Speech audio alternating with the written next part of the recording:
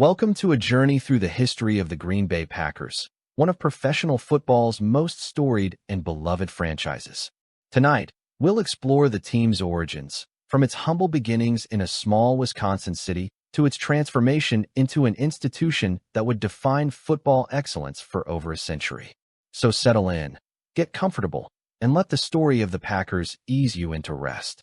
Our story begins not in a major metropolitan area, not in a city with millions of residents and corporate headquarters, but in Green Bay, Wisconsin, a small city on the western shore of Lake Michigan, a place known more for its meatpacking plants and paper mills than for anything related to professional sports. The year was 1919, and America was emerging from World War I, adjusting to peacetime, searching for entertainment and diversion after years of conflict and sacrifice. Professional football existed, but it was scattered and disorganized, teams forming and disbanding with regularity, leagues trying and failing to establish stability. On a summer day, August 11th, 1919, to be precise, a conversation took place that would change the course of professional football history, though nobody involved could have known it at the time. The conversation happened in the offices of the Green Bay Press-Gazette, the city's newspaper, where sports writer George Whitney Calhoun worked covering local athletics and community events. Calhoun was passionate about sports, understood the games and the people who played them, and had connections throughout Green Bay's athletic community. The other participant in this fateful conversation was Earl Lambeau, a young man, just 21 years old, who had grown up in Green Bay and who had recently returned from playing college football at Notre Dame. Lambeau was athletic and charismatic, the kind of person who drew others to him, who could inspire and lead, who had dreams that extended beyond what seemed possible for someone from a small Wisconsin city. At Notre Dame, he had played for the legendary Knute Rockne, had learned football at the highest levels, and had developed a love for the game that consumed him. Lambeau had left Notre Dame after just 1 year due to illness, returning to Green Bay, where he took a job with the Indian Packing Company, one of the city's meatpacking businesses. But he couldn't stop thinking about football, couldn't abandon his desire to play the game and to be part of something competitive and meaningful. And so, on that August day, he found himself in George Calhoun's office, talking about the possibility of forming a football team in Green Bay, of creating something that could bring together local talent and compete against teams from other communities. Calhoun was enthusiastic about the idea immediately. He understood that Green Bay, despite its small size, had passionate sports fans who would support a football team if one existed. The city had a strong tradition of athletics, with local teams in various sports drawing community support and creating civic pride. A football team, if organized properly and if it could win games, might become something that the entire city could rally around, that could give Green Bay an identity beyond its industrial base. But starting a football team required money, not enormous amounts by today's standards, but real resources nonetheless. They needed equipment, footballs, uniforms, basic protective gear that players would need to compete safely. They needed a place to practice, a field where they could prepare for games. And they needed some way to cover the expenses of organizing games, of traveling to play against other teams, of managing all the logistical details that come with fielding a competitive athletic team. Lambeau had a solution in mind. He worked for the Indian Packing Company, and he believed he could convince his employer to sponsor the team, to provide the financial support needed to get the organization started. The Indian Packing Company was owned by Frank Peck, a businessman who understood the value of community goodwill and local visibility. Lambeau approached Peck with a proposal. In exchange for $500 in sponsorship, enough to buy uniforms and equipment and cover initial expenses, the team would be named after the packing company, providing advertising and community visibility. Peck agreed to the sponsorship, seeing it as a relatively small investment that could generate goodwill in the community and that might provide some entertainment for the workers at his plant. The $500 was provided. The team would be called the Packers, honoring the Indian Packing Company, and Lambeau and Calhoun had the resources they needed to actually form a team rather than just talking about it. The name Packers was unusual for a football team, lacking the aggressive or animal-based imagery that most teams preferred. But it was authentic, rooted in Green Bay's identity as a meatpacking center, connecting the team to the city's industrial heritage in a way that felt genuine rather than manufactured. and the company even provided a practice field on the company grounds, giving the team a place to prepare for games. With the funding secured and the name established, Lambeau and Calhoun set about recruiting players. This was 1919, and professional football as we understand it today didn't really exist yet. There were semi-professional teams scattered across the Midwest and Northeast, teams that paid players modest sums to play on weekends, teams that competed against other local or regional clubs in games that were part athletic competition and part community entertainment. The players had regular jobs during the week. They worked in factories or offices or on farms, and played football on the weekends for extra money and for the love of the game. Lambeau, with his Notre Dame experience and his local connections, was able to recruit talented players from Green Bay and the surrounding area. Some were men he had grown up with, local athletes who had played high school football and who were eager for the chance to continue competing. Others were workers from the packing plants and paper mills, men with day jobs who saw football as an opportunity for extra income and for the kind of physical competition that their work lives didn't provide. The team that came together was a mix of sizes and skills, united by their connection to Green Bay and their willingness to play hard for the city's new team. The Packers played their first games in 1919, competing against other semi-professional teams from Wisconsin and nearby states. The competition varied in quality. Some opponents were well-organized and talented, while others were essentially pickup teams that had been hastily assembled. But the Packers, led by Lambeau both as a player and as the team's organizer and coach, proved to be formidable. They won games with regularity. Their combination of Lambeau's Notre Dame learned techniques and the raw toughness of the local players overwhelming most opponents. The 1919 season saw the Packers compile an impressive record against their regional competition, winning far more games than they lost, establishing themselves as the dominant team in the area. The following year, 1920, brought more of the same success. Over these 2 seasons of semi-professional competition, the Packers posted a combined record of 19 wins, 2 losses, and 1 tie, a winning percentage that demonstrated they were operating at a level above their regional competitors. The success on the field created enthusiasm in Green Bay. Fans came to watch the games, supporting their local team, taking pride in the Packers' victories. The team was becoming part of the community's identity, giving the small Wisconsin city something that larger cities had: a football team that could compete and win, that could represent Green Bay in athletic competition against teams from other communities. The Indian Packing Company's investment was paying off in community goodwill and local pride, even if the direct advertising value was modest. But Lambeau's ambitions extended beyond just being a successful semi-professional team playing regional opponents. He was aware that professional football was trying to organize itself into a more structured league, that teams from larger cities were attempting to create a stable organization that could provide regular competition and that could elevate the sport beyond its current semi-professional status. And he believed that the Packers, despite coming from tiny Green Bay, could compete at that higher level, could be part of this more organized professional football if given the opportunity. Those aspirations would lead to the next chapter in the Packers' story, to decisions and challenges that would determine whether this team from a small meatpacking city could survive and thrive in professional football's emerging structure. But for now, in 1919 and 1920, the foundation was being laid. A team had been founded through a casual conversation, had been named after its sponsor, had played and won against regional competition, and had captured the imagination of a small Wisconsin city that was beginning to embrace the Packers as their own. From that $500 investment from the Indian Packing Company to the 19-2-1 record against regional competition, the early years established the essential character of the franchise, rooted in community, connected to the city's industrial identity, competitive and successful on the field. Earl Curly Lambeau and George Whitney Calhoun had created something that would endure far beyond what they could have imagined on that August day in 1919, something that would become one of the most successful and beloved franchises in all of professional sports. The Packers were born, and Green Bay would never be quite the same.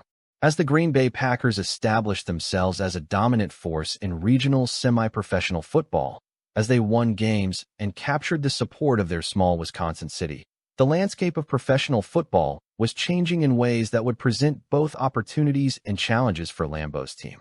Across the Midwest and Northeast, team owners and organizers were recognizing that the scattered, disorganized nature of professional football was holding the sport back, preventing it from achieving the kind of stability and credibility that would allow it to grow and compete for fans' attention with baseball and other established sports. In 1920, representatives from several professional football teams met in Canton, Ohio, in the showroom of an automobile dealership, gathering to discuss the formation of a new league that would bring structure and organization to professional football. They called it the American Professional Football Association, the APFA, and it represented an attempt to create something more permanent than the informal arrangements that had characterized professional football up to that point. The league would have a schedule, with teams committed to playing each other, with standings kept and a champion crowned at season's end. The formation of the APFA created an opportunity for the Packers. If they could gain admission to this new league, they would be competing at the highest level of professional football, playing against the best teams in the sport, establishing themselves as more than just a successful regional team, but as a legitimate professional franchise. Earl Lambeau understood this opportunity and began working to secure membership in the APFA for his Green Bay team. In 1921, the Packers were accepted into the league, joining teams from cities like Chicago, Cleveland, and other urban centers that dwarfed Green Bay in size and population. The admission fee was $50, a modest sum that the Packers could afford, and suddenly the team from the small Wisconsin city was part of organized professional football, scheduled to play against teams from across the Midwest, competing for a league championship rather than just regional supremacy. The 1921 season represented the Packers' first year in the APFA, their introduction to a higher level of competition and to the challenges of operating within a league structure. The team performed well on the field, winning games and proving they could compete against teams from larger markets. But as the season progressed, the Packers were about to learn a harsh lesson about the importance of following league rules, about how even small violations could threaten the franchise's very existence. The violation involved the use of college players. In 1921, professional football and college football were separate worlds, and the professional game had strict rules against using players who still had college eligibility remaining. The reasoning was partly to protect the integrity of college football, which was more popular and more established than the professional game, and partly to avoid accusations that professional teams were corrupting amateur athletes by paying them to play. The Packers, like many teams in this era when rules were still being established and when enforcement was inconsistent, had used some players who were technically still eligible to play college football. When this violation was discovered, the league took swift action. The Packers franchise was revoked, their membership in the APFA terminated, their season's results nullified. For a team that had just joined the league, that had been competing and winning, the revocation was devastating, threatening to end the Packers' brief tenure in professional football before it had really begun. The loss of the franchise threatened more than just the team's participation in the league. It threatened the entire existence of the Packers as an organization. Without league membership, they couldn't compete against professional teams, couldn't claim any legitimacy as a professional franchise, couldn't justify their existence or attract the support they needed to continue operating. The investment from the Indian Packing Company, the community support that had built through 1919 and 1920, the progress they had made, all of it seemed to be collapsing because of a rule violation. But Earl Lambeau refused to accept defeat. He was determined to save the franchise, to find a way to get the Packers reinstated into the league, to ensure that Green Bay would continue to have professional football. The path to reinstatement required two things: an admission of wrongdoing and a commitment that such violations wouldn't happen again, and a financial investment to secure a new franchise. This time, the league demanded $250 rather than the original $50, making it clear that the reinstatement came with a price. Lambeau didn't have $250 of his own money to invest, and the Indian Packing Company, which had provided the original sponsorship, was not willing or able to continue funding the team at this higher level. The Packers needed help, needed someone in Green Bay who believed in the team enough to invest the money necessary to save the franchise. That someone emerged in the person of Don Murphy, a local businessman who was a fan of the team and who understood what the Packers meant to the community. Murphy provided the $250 necessary to purchase a new franchise and secure the Packers' reinstatement into the APFA for the 1922 season. His investment saved the team, ensured that Green Bay would continue to have professional football, and established a pattern that would define the Packers throughout their history. When the franchise faced existential threats, when financial crises or other challenges threatened to end professional football in Green Bay, the community would step up, would find ways to keep the team alive, would refuse to let the Packers disappear. The reinstatement crisis of 1921 was just the first of several financial and organizational challenges the Packers would face in their early years. Professional football in the 1920s was a precarious business, with teams folding regularly, franchises moving from city to city or simply ceasing to exist when owners ran out of money or lost interest.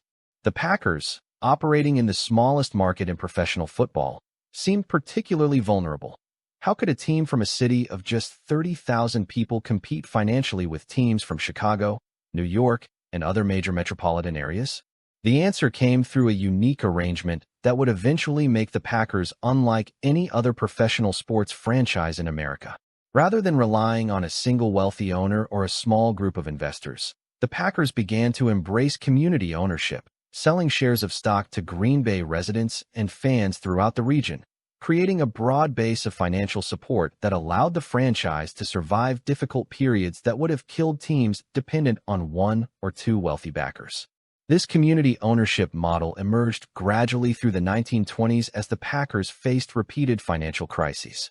When the team needed money to cover expenses, when they faced debts that threatened their existence, they would turn to the community, would sell stock, would organize fundraising drives, would ask Green Bay residents to invest in keeping professional football alive in their city. And remarkably, consistently, the community would respond, would buy stock that would never pay dividends, would donate money to cover shortfalls, would commit resources to keeping the Packers operating. The civic fundraising efforts were necessary because the economic model of professional football in small markets didn't make much sense. Ticket sales from a city of 30,000 couldn't generate the revenue that teams from larger cities could produce. The Packers couldn't charge premium prices or fill enormous stadiums. Every season was a financial challenge, expenses often exceeding revenues, deficits piling up that would have bankrupted a normal business. But the Packers weren't a normal business. They were a community institution, something that belonged to Green Bay in ways that transcended normal ownership structures. The people who bought stock or donated money weren't making investments expecting financial returns. They were ensuring that their city would continue to have professional football, that the Packers would survive to play another season, that the team that had become part of Green Bay's identity would endure.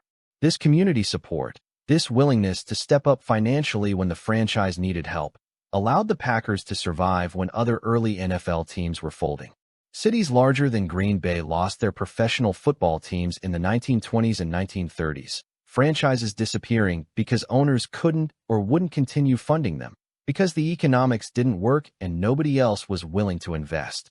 But Green Bay kept its team, kept the Packers operating year after year, through financial crises and organizational challenges, through the Great Depression and World War II, because the community refused to let the franchise die. The pattern established in 1921, when the franchise faced an existential threat and community support saved it, would repeat throughout the Packers' history. Financial crises in 1935 and 1949 would bring more stock sales, more fundraising, more community mobilization to keep the team alive. Each crisis would test whether Green Bay's commitment to the Packers was real, whether the community would continue supporting a franchise that didn't make economic sense by traditional standards.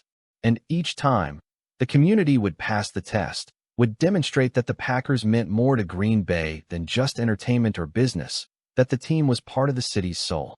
From joining the APFA in 1921 to the franchise revocation and reinstatement crisis, to the emergence of community ownership as the model that would sustain the franchise through decades of challenges, these early years established the Packers as unique in professional sports, as a team that belonged to a community rather than to any individual owner, as a franchise that survived not because of wealthy benefactors, but because an entire city refused to let it disappear.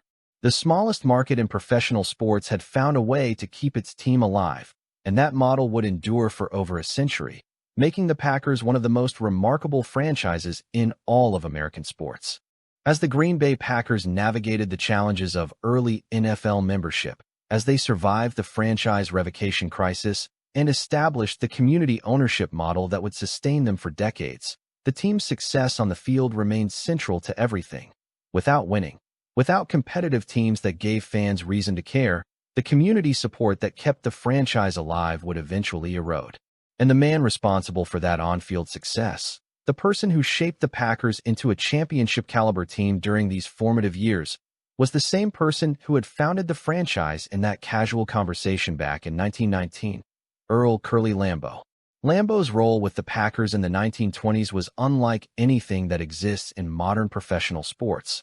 A combination of responsibilities and positions that would be unthinkable today, but that was necessary and appropriate for a small-market franchise operating on limited resources in professional football's early era.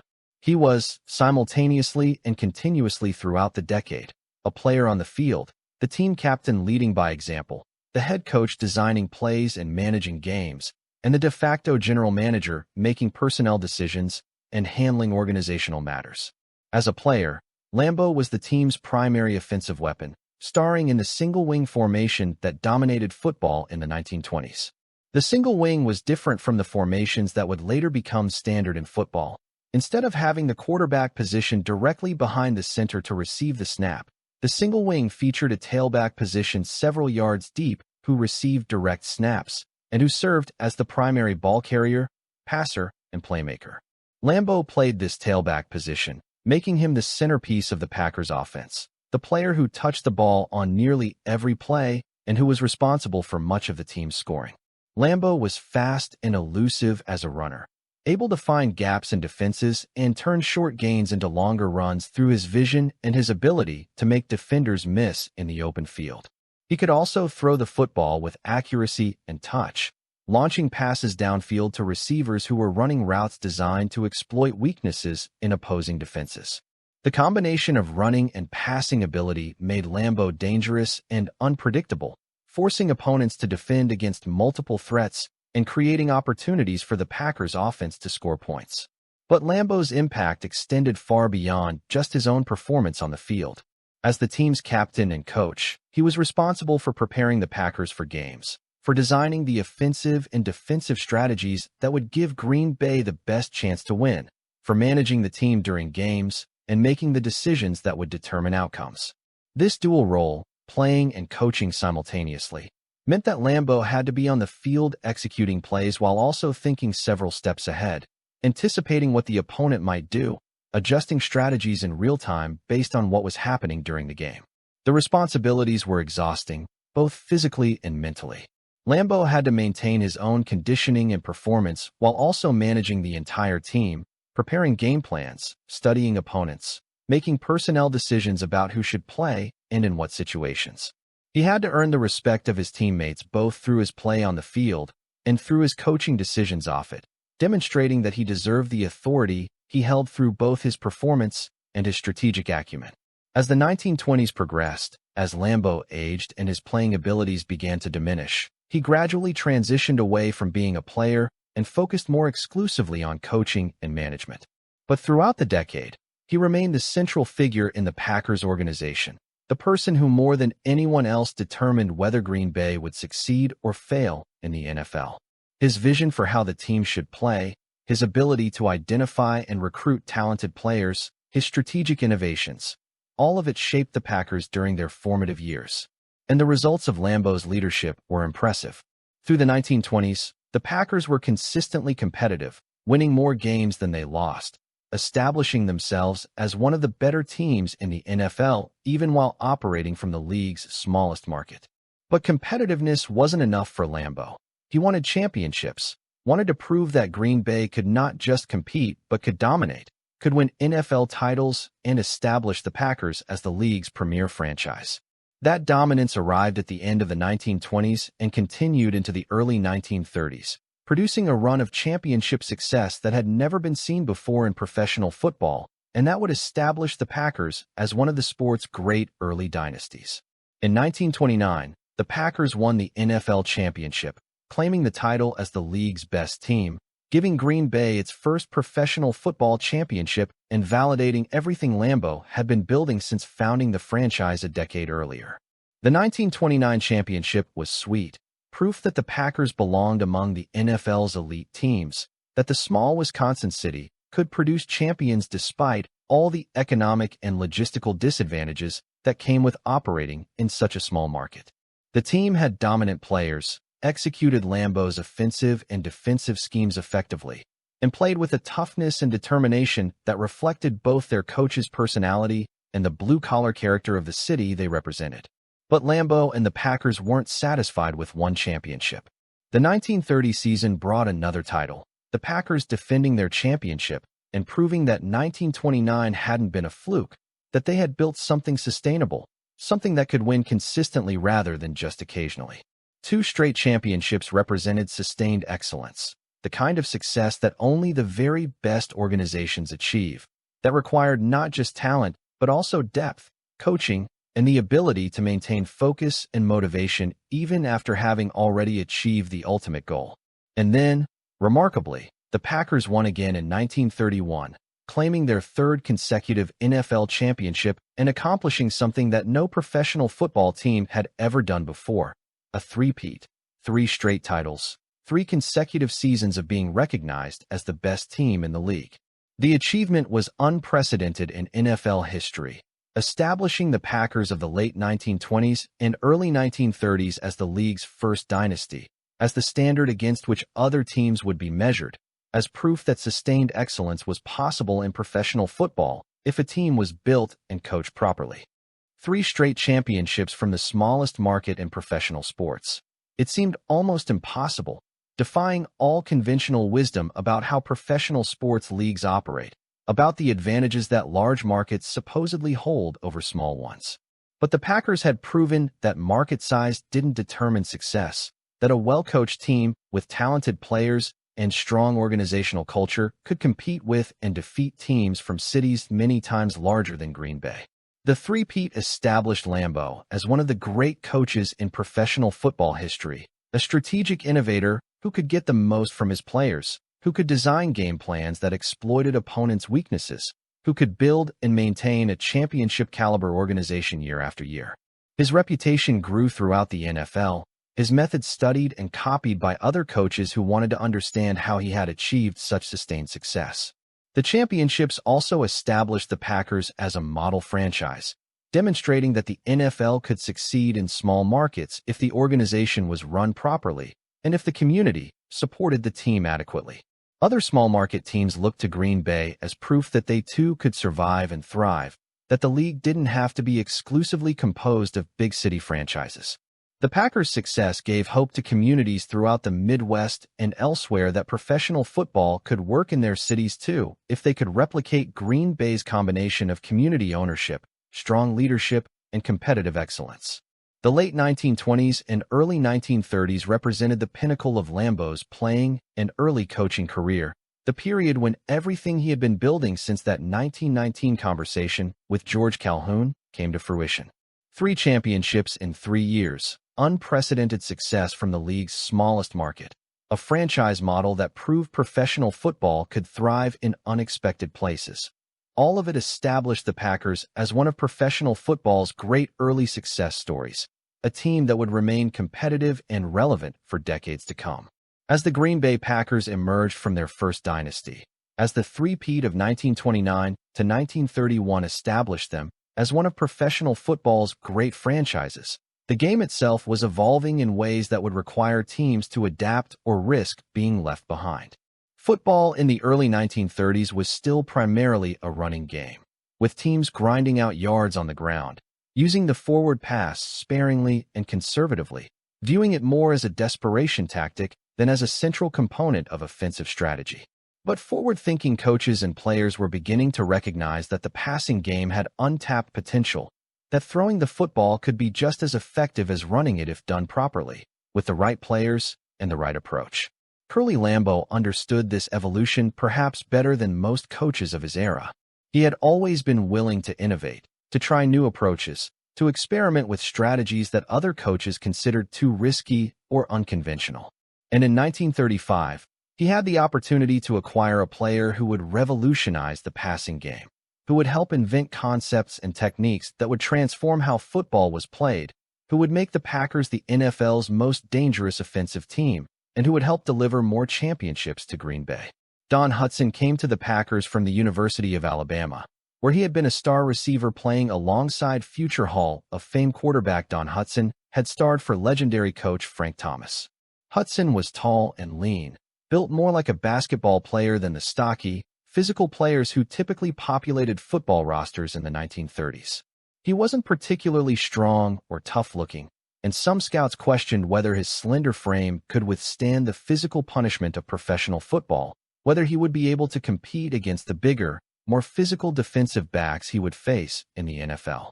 But what Hutson had was speed, genuine, track-star speed that allowed him to simply run past defensive backs who couldn't keep up with him. And more importantly, he had an understanding of route running, of how to use subtle movements and changes of direction to create separation from defenders that was far ahead of anything that had been seen in football before. Most receivers of that era simply ran downfield in relatively straight lines, hoping to get open through speed or hoping the quarterback could throw the ball accurately enough to hit them despite tight coverage. Hutson did something different. He ran precise routes with sharp cuts and changes of pace, creating separation through technique rather than just relying on speed. Hutson signed with the Packers in 1935, and the impact was immediate and transformative. Paired with quarterback Arnie Herber, who had a strong arm and who could throw the deep passes that Hutson's speed and route running created opportunities for, the Packers began to build an offense unlike anything the NFL had seen before. Rather than using the pass as an occasional complement to the running game, Lambeau designed an offense that featured the pass prominently, that looked to throw the ball downfield to Hutson repeatedly, that forced defenses to adjust to stop the passing game rather than just focusing on stopping the run. The combination of Hutson's revolutionary receiving skills and Herber's ability to deliver accurate deep passes created matchup problems that 1930s defenses simply weren't equipped to handle. Defensive backs of that era weren't trained to cover receivers the way modern defensive backs are. They didn't understand how to mirror routes, how to stay in a receiver's hip pocket, how to defend against the kinds of cuts and moves that Hutson was making. When Hutson ran his precise routes and created separation, Herber would throw in the ball, and the result was often a long completion and a touchdown. The Packers scoring from anywhere on the field in ways that teams built around the running game simply couldn't match. The 1936 season showcased what this new passing attack could accomplish.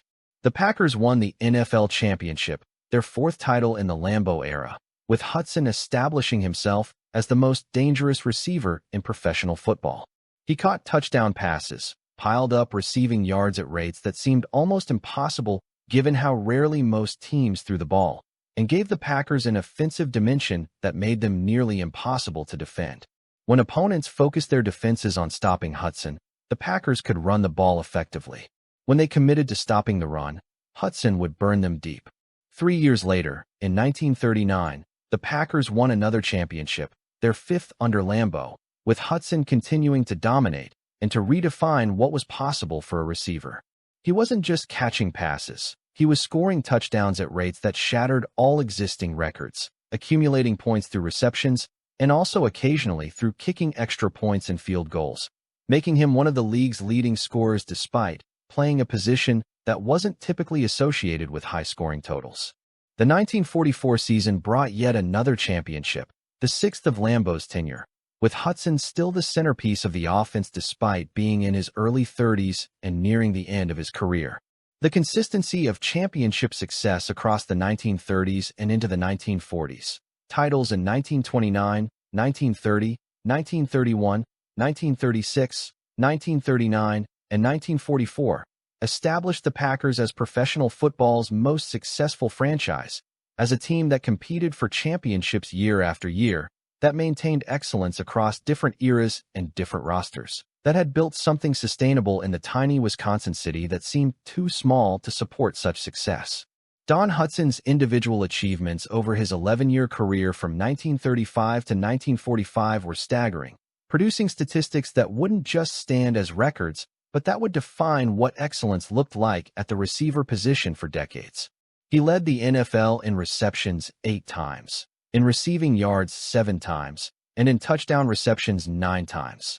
Dominance at every statistical category that measured receiving excellence, season after season of being not just the best receiver in football, but the best by such margins that second place seemed almost irrelevant. When Hudson retired after the 1945 season, he held essentially every significant receiving record in professional football.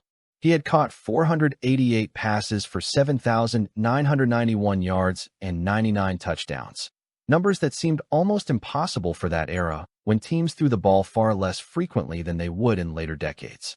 To put his dominance in perspective, when he retired, he had more than twice as many receiving touchdowns as any other player in NFL history.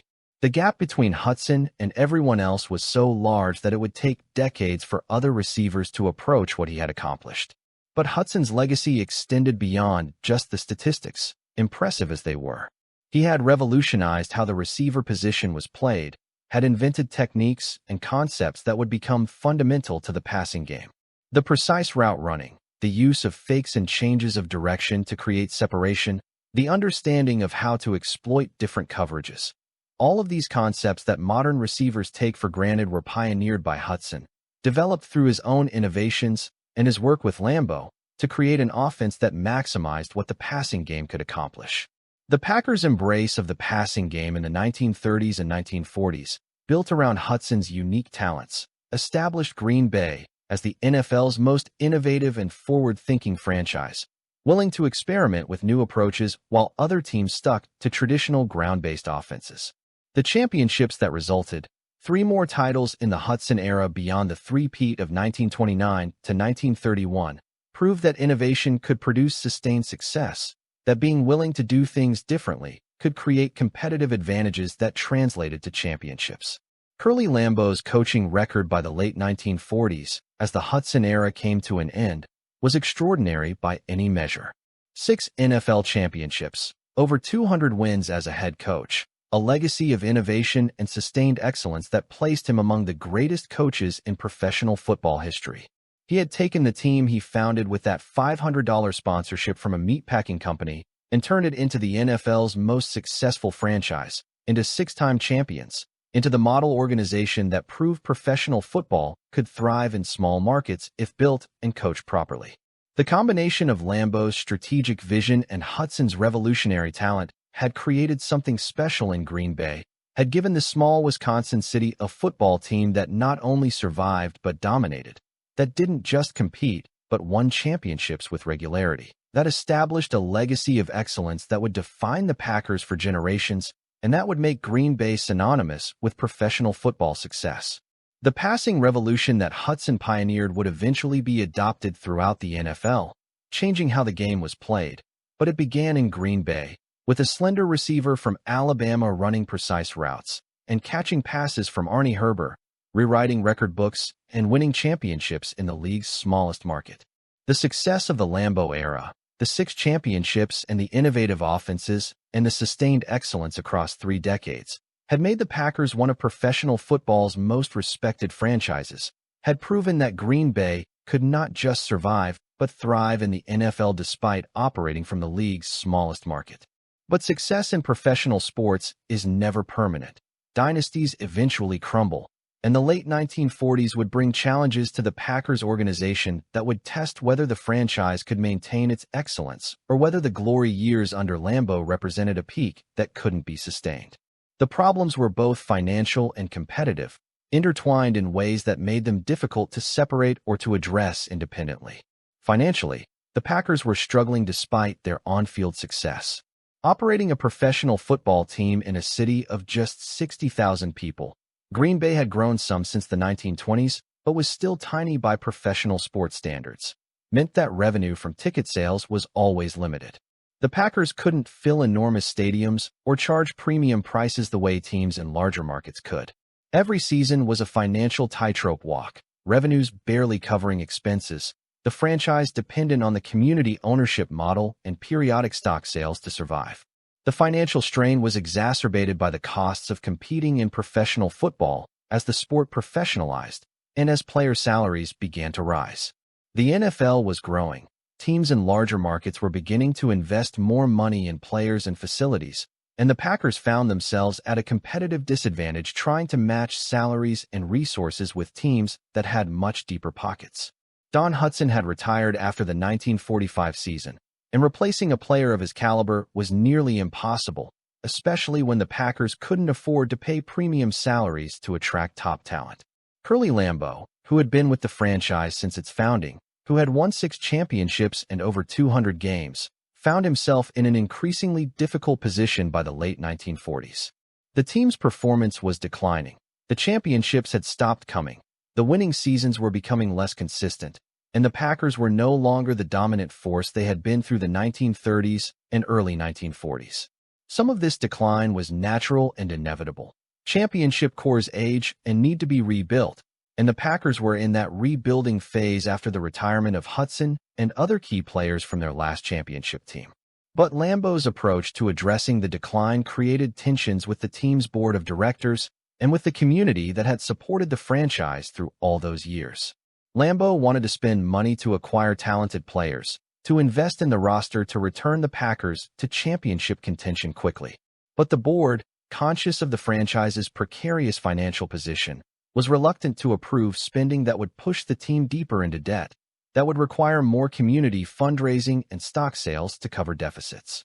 The tensions came to a head after the 1949 season, a year that saw the Packers finish with a losing record, and that made it clear the franchise was at a crossroads. Lambeau, frustrated by what he saw as the board's unwillingness to invest in winning, by the constraints that came with operating in such a small market, by the sense that the organization he had founded was no longer fully his to control, made the difficult decision to resign. After 30 years with the franchise, as founder, player, coach, and general manager, Curly Lambeau was leaving the Green Bay Packers. The resignation closed the franchise's founding chapter, ended an era that had defined the Packers since that August 1919 conversation in the Press-Gazette offices. Lambeau had been the Packers in so many ways, the person whose vision and leadership had created and sustained the franchise, who had won 6 championships and established Green Bay as one of professional football's great success stories. His departure felt like the end of something essential, like the Packers were losing not just a coach, but their identity, their connection to the history and tradition that had made them special. The Packers hired new coaches to replace Lambeau. First Gene Ronzani, then Lal Blackburn, then Ray Scooter McLean, but none could replicate even a fraction of Lambeau's success. The 1950s became a decade of misery for Packers fans, a prolonged period of losing that tested the community's commitment to the franchise in ways that even the financial crises of earlier decades hadn't. From 1950 through 1958, spanning 9 consecutive seasons, the Packers failed to post a winning record even once. 9 straight losing seasons, year after year of disappointment, the franchise that had been synonymous with championships becoming synonymous with futility. The losing seasons weren't just disappointing, they were often terrible. The Packers would finish with records like 3-9, 4-8, 2-9-1, barely competitive most weeks, overmatched by opponents who had better talent and better coaching. Games that should have been competitive would turn into blowouts. Home games at City Stadium, the small facility where the Packers played, would feature thousands of empty seats, fans losing interest in supporting a team that rarely won, the community's patience eroding season after season. The 1958 season represented the absolute bottom, the lowest point in franchise history. The Packers finished with a record of 1-10-1, winning just 1 game all season, a level of futility that rivaled the worst teams in NFL history. 1 win in 12 games.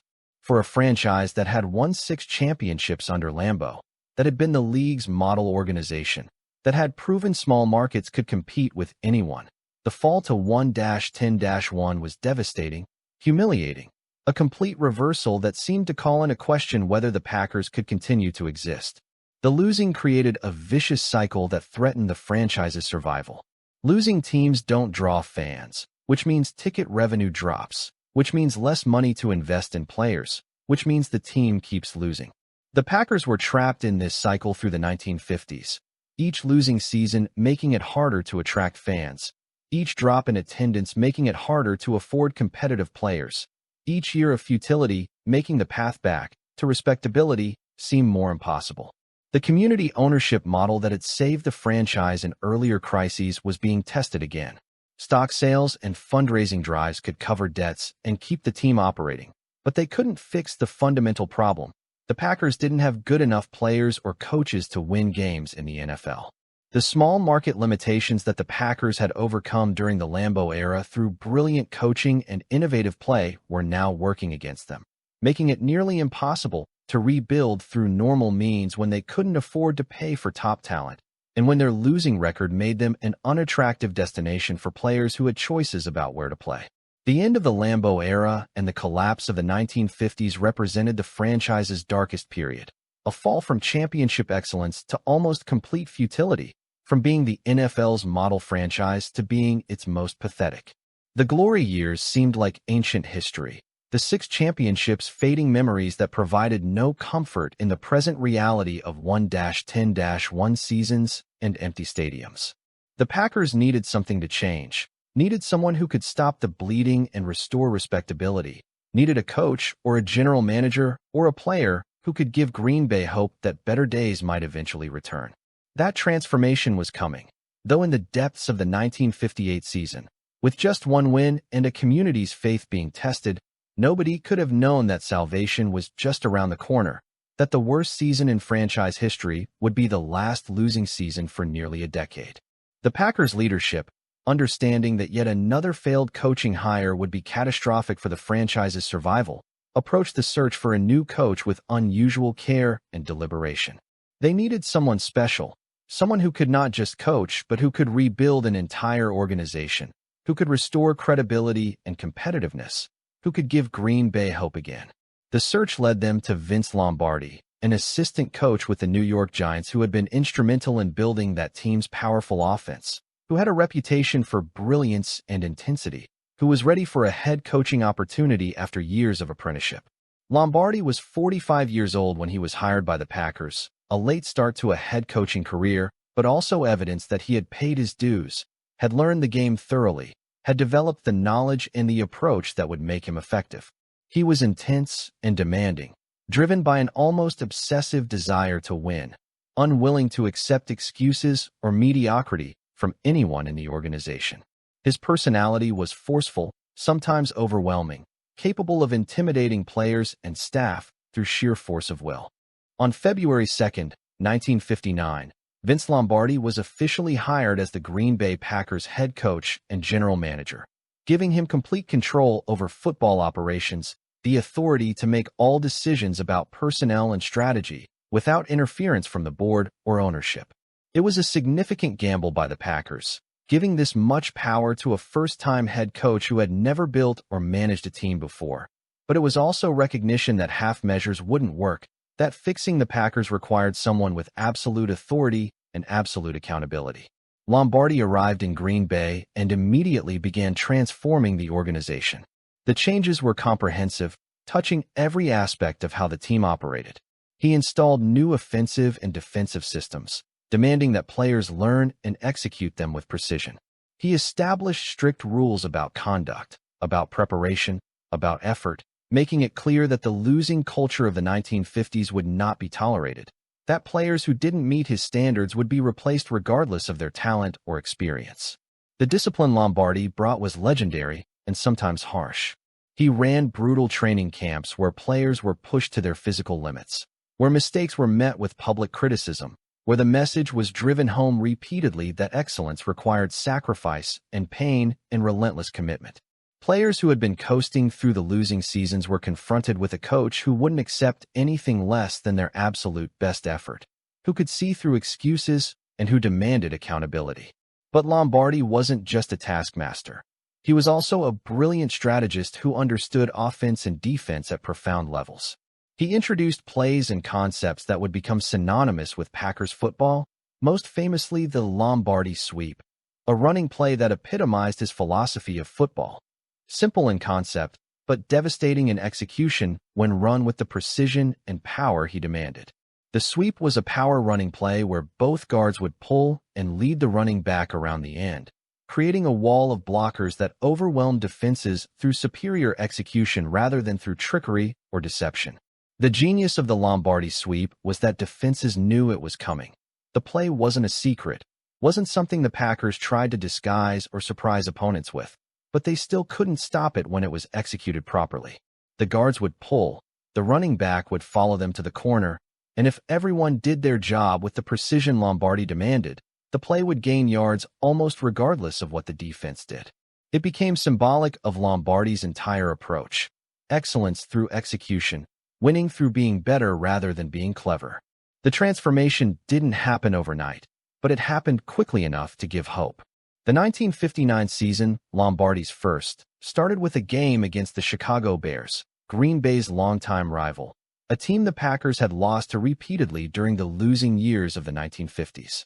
The game was played on September 27, 1959, and the Packers won 9-6 in a defensive struggle that featured more field goals than touchdowns, but that represented something profound: victory after so much losing, competitiveness after years of futility, hope after despair.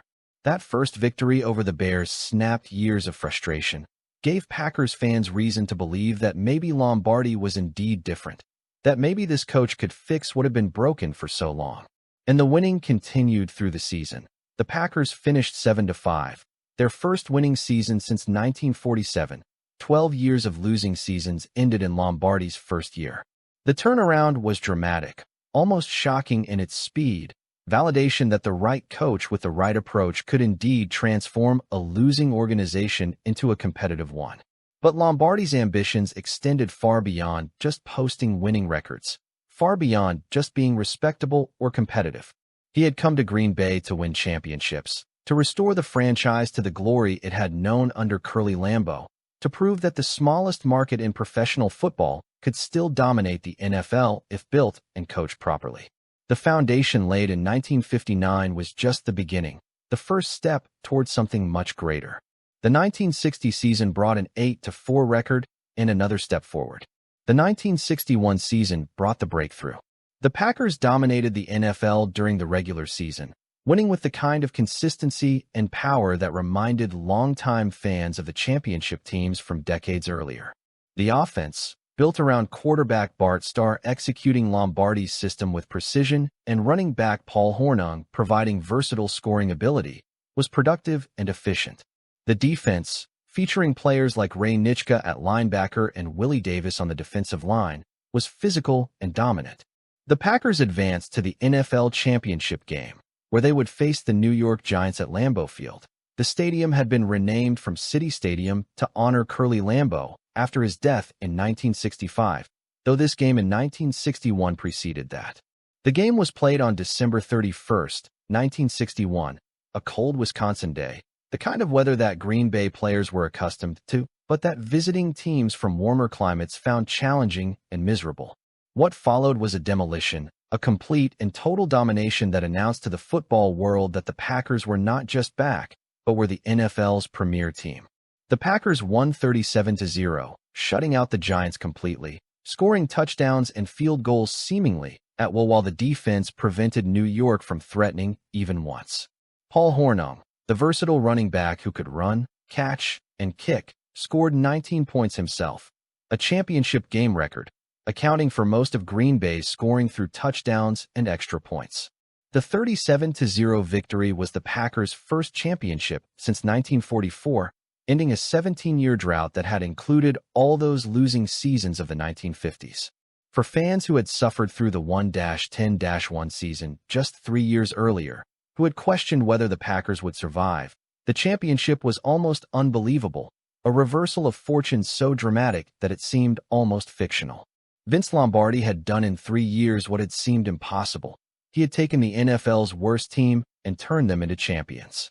The championship triggered the nickname that would define Green Bay for generations, Titletown. The name emerged organically from the celebration, from the recognition that Green Bay, the tiny Wisconsin city that seemed too small for professional sports, was winning championships, was claiming titles, was proving once again that the NFL's smallest market could produce its biggest success. Titletown captured something essential about Green Bay's identity, about the city's relationship with the Packers, about the pride that came from succeeding against all odds. But the Packers weren't done. The 1962 season brought another championship, the Packers defeating the Giants again, this time 16-7 in New York on a frozen field where the conditions favored Green Bay's physical style and where Lombardi's preparation and the team's toughness proved decisive. Back-to-back championships, 2 titles in 2 years, proof that 1961 hadn't been a fluke, that Lombardi had built something sustainable, something that could win consistently. The dominance would continue through the 1960s, the Packers winning more championships, establishing themselves as the decade's premier team, creating a dynasty that would rival the great Packers teams of the Lambeau era. From 1-10-1 in 1958 to champions in 1961 and 1962, from the verge of collapse to Titletown, from despair to dynasty. The transformation was complete, the resurrection accomplished, and Green Bay had reclaimed its place atop professional football, all because a demanding coach from New York had arrived with discipline, with the Lombardi sweep, with an uncompromising commitment to excellence that wouldn't accept anything less than championships.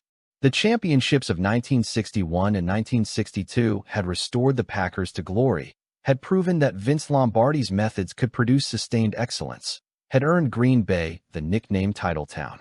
But the mid-1960s would bring even greater achievements, even more legendary moments, games that would transcend sport and become part of American cultural mythology, victories that would cement the Packers' place not just as a great team, but as one of the defining franchises in professional sports history.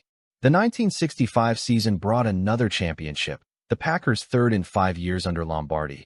But the path to that title included a playoff game that would become one of the most memorable in franchise history despite being decided by the narrowest of margins.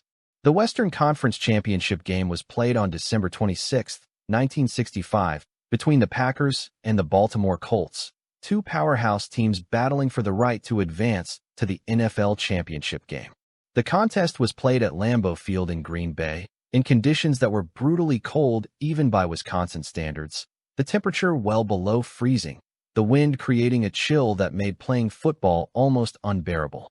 The game was close throughout, both teams trading scores, neither able to pull away decisively. With seconds remaining and the Packers leading by a narrow margin, the Colts had one final opportunity to win, a field goal attempt that would give them the victory if successful. The kick was launched, the ball sailing toward the uprights as thousands of Packers fans held their breath, time seeming to slow as the football traveled through the frigid air. And then the ball passed just wide right of the upright, missing by inches, the slimmest of margins determining the outcome. The Packers had survived, advancing to the championship game because of a kick that had been so close, but not quite close enough. The wide right kick became part of Packers lore, a moment of relief and joy, a reminder of how thin the margin between victory and defeat can be, how championships are sometimes decided not by dominant performances, but by inches, by the smallest breaks going in your favor at the crucial moment. The Packers went on to win the NFL championship, their third title in 5 years, extending their dominance of the decade. But it was the 1967 season that would produce the most legendary game in Packers history, a contest so memorable that it would be remembered by a simple 2-word description that instantly evokes the conditions, the drama, the stakes, the ice bowl. The NFL championship game was scheduled for December 31, 1967, at Lambeau Field, with the Packers hosting the Dallas Cowboys to determine who would advance to Super Bowl II. The game would be played in conditions that were extreme even by Green Bay's harsh winter standards, conditions so severe that they seemed almost beyond what human beings should be asked to endure. The temperature at kickoff was 13 degrees below 0 Fahrenheit, but the wind chill made it feel like minus 48 degrees, cold so intense that exposed skin would freeze within minutes, cold that made breathing painful, that made the football feel like a frozen rock, that created a physical challenge unlike anything most players had ever experienced. The field at Lambeau had been equipped with a heating system designed to prevent the turf from freezing, but the system malfunctioned, and the field froze into a sheet of ice, making footing treacherous and making every play an adventure in just staying upright. The game itself was a brutal, physical contest between two excellent teams. The Cowboys, led by quarterback Don Meredith, took advantage of mistakes by the Packers to build a 17-14 lead late in the fourth quarter. With time running out, with the season and the championship on the line, the Packers had the ball at the Dallas 1-yard line, close enough to score, but facing a Cowboys defense that was determined not to allow a touchdown, that was committed to holding their slim lead and advancing to the Super Bowl.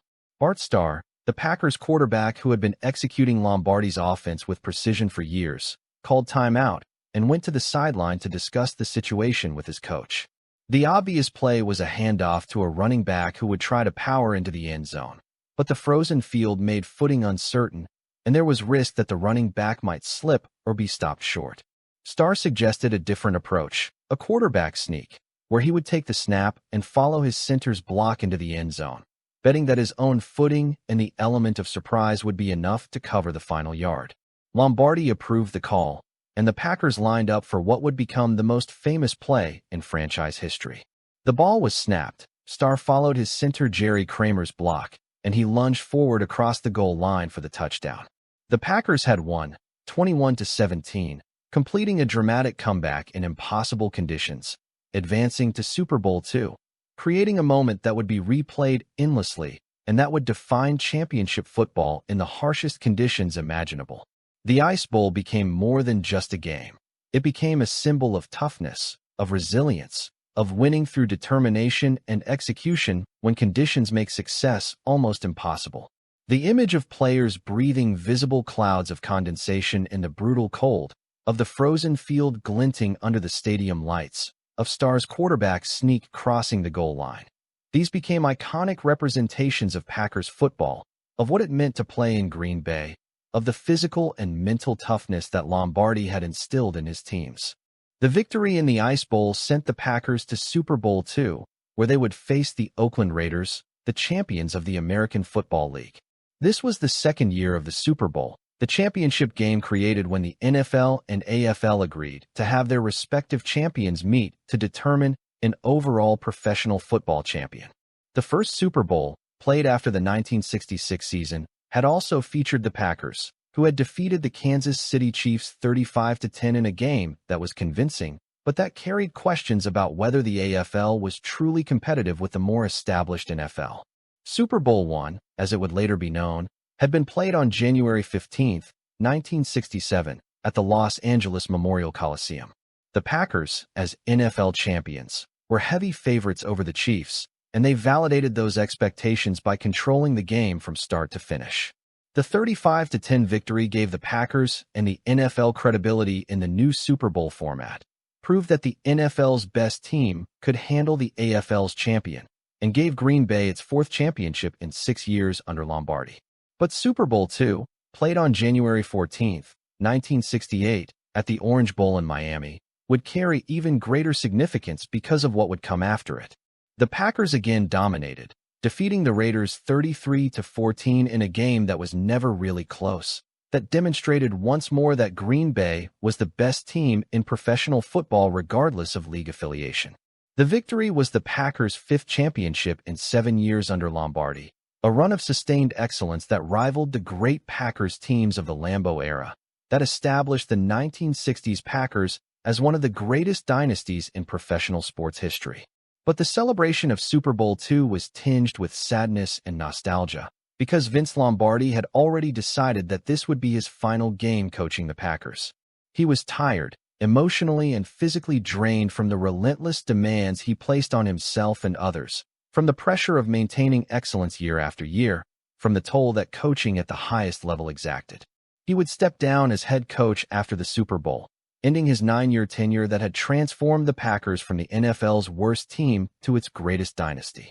Lombardi's retirement announcement after Super Bowl II marked the end of an era, the conclusion of a chapter that had been as dominant and successful as any in professional football history.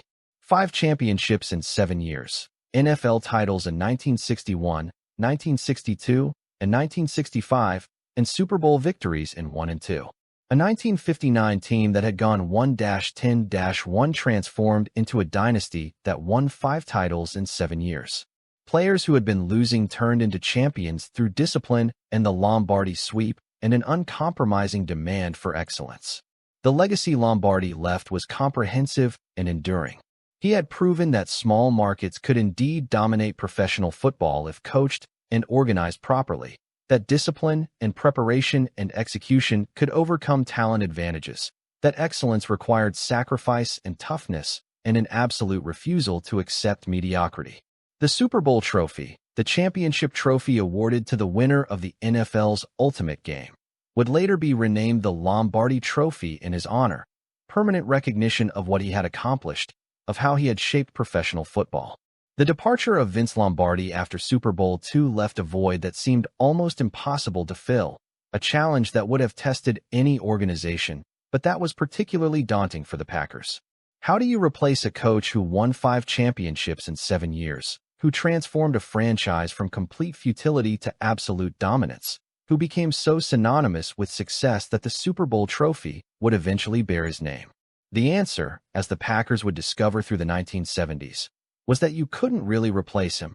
You could only try to move forward, to build something new, to accept that the Lombardi era was over and that whatever came next would be judged by impossibly high standards.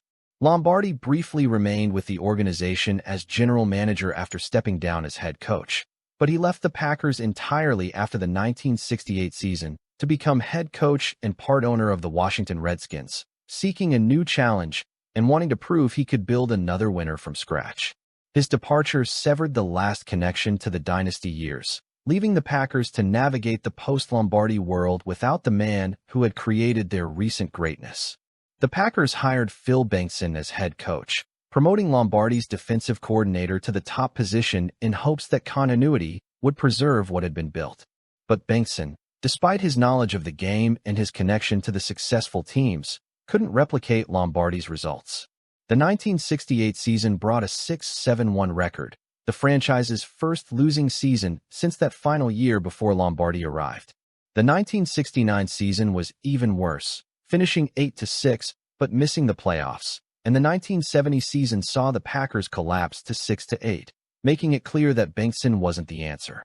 The early 1970s brought coaching changes and roster turnover as the Packers searched for the formula that would return them to competitiveness. Dan Devine was hired as head coach and general manager in 1971, bringing experience and a reputation for building successful programs. Devine's arrival coincided with the emergence of John Brockington, a powerful running back who had been drafted in the first round and who gave the Packers the kind of ground game that had been central to Lombardi's offense. Brockington was built like a tank, compact and muscular, able to run through tackles and gain yards even when defenses stacked the box to stop him. His running style was bruising and relentless, wearing down defenders over the course of games, accumulating yards through power and determination rather than through speed or elusiveness. In his rookie season of 1971, Brockington rushed for over 1,000 yards, becoming the first Packers running back to reach that milestone since Jim Taylor in the Lombardi era. He would rush for over 1,000 yards in each of his first 3 seasons, providing the Packers with a consistent offensive weapon and giving fans something to be excited about even when the team struggled. The 1972 season represented the high point of the early post-Lombardi years. The Packers won the NFC Central Division with a 10-4 record, their best season since Lombardi's departure, earning a playoff berth and giving hope that maybe the franchise was returning to championship form. Brockington rushed for over 1,000 yards again. The defense played well, and the team executed Devine's game plans with enough consistency to win the division and earn respect around the league. But the playoff game, a divisional round contest against the Washington Redskins, coincidentally the team now coached by Lombardi's successor in Washington, George Allen, ended in a 16-3 loss that exposed the Packers as not yet ready to compete for championships. The Redskins dominated the game, holding Brockington in check and preventing the Packers' offense from sustaining drives or scoring touchdowns. The loss was disappointing, proof that winning the division was one thing, but that competing for Super Bowls required a level of excellence the Packers hadn't yet recaptured. The mid-1970s brought regression. The 1973 season saw the Packers finish 5-7-2, a disappointing follow-up to the division title. The 1974 season was worse, finishing 6-8, and Devine departed after that season, unable to sustain the success of 1972 or to build the kind of consistent winner that Packers fans expected. The coaching carousel continued with Bart Starr, the quarterback who had executed Lombardi's offense so brilliantly during the dynasty years, being hired as head coach in 1975. Starr's hiring carried enormous emotional weight and symbolic significance. He had been the field general during the championship years, had run the quarterback sneak in the Ice Bowl, had won Super Bowls I and II, was beloved in Green Bay for his role in the dynasty. Packers fans hoped that Starr could recapture some of that championship magic as a coach, that his understanding of what made the Lombardi teams great would translate to coaching success, that perhaps having a direct connection to the glory years would help restore the franchise to prominence. But coaching success requires more than just having played for great teams. Starr was a decent coach, but not a great one, lacking the commanding presence and the strategic brilliance that had made Lombardi so effective. His teams were respectable, but rarely excellent, competitive, but not championship caliber. The late 1970s under Starr featured seasons that came agonizingly close to success without quite achieving it, creating frustration among fans who could see progress, but who wanted championships, not just respectability. The 1978 season epitomized this near-miss quality. The Packers finished 8-7-1, just barely above .500, close to earning a playoff berth, but ultimately falling short. It was the kind of season that was neither good enough to celebrate nor bad enough to justify major changes, leaving the franchise in a frustrating middle ground of mediocrity. The team had talent. Players like wide receiver James Lofton provided explosive playmaking ability, but couldn't put together the consistency needed to win divisions or advance in the playoffs. The late 1970s frustration was compounded by watching other teams succeed while the Packers struggled. The Dallas Cowboys, who had lost the Ice Bowl, had won Super Bowls in the 1970s. The Pittsburgh Steelers had created a dynasty that rivaled what the Packers had accomplished under Lombardi. The small market success that Green Bay had pioneered seemed to be passing them by, other franchises figuring out how to build winners while the Packers couldn't recapture their past glory. The decade as a whole represented a wilderness period, years spent wandering without clear direction, searching for the formula that would restore championship football to Green Bay. The coaching changes, Bengtson, Devine, Starr, showed that finding the right leader was harder than it seemed, that the right coach with the right approach was rare and precious. The bright spots, Brockington's rushing dominance, the 1972 division title, Lofton's emergence, provided moments of hope but couldn't sustain success across full seasons or multiple years. For Packers fans who had lived through the Lombardi era, who had experienced 5 championships in 7 years and watched the Ice Bowl and celebrated Super Bowl victories, the 1970s were particularly painful. The contrast between what had been and what was couldn't have been starker. Titletown had become just another NFL city struggling to compete, the mystique and dominance replaced by mediocrity and near misses, the championships replaced by frustrating 8-7-1 seasons that went nowhere.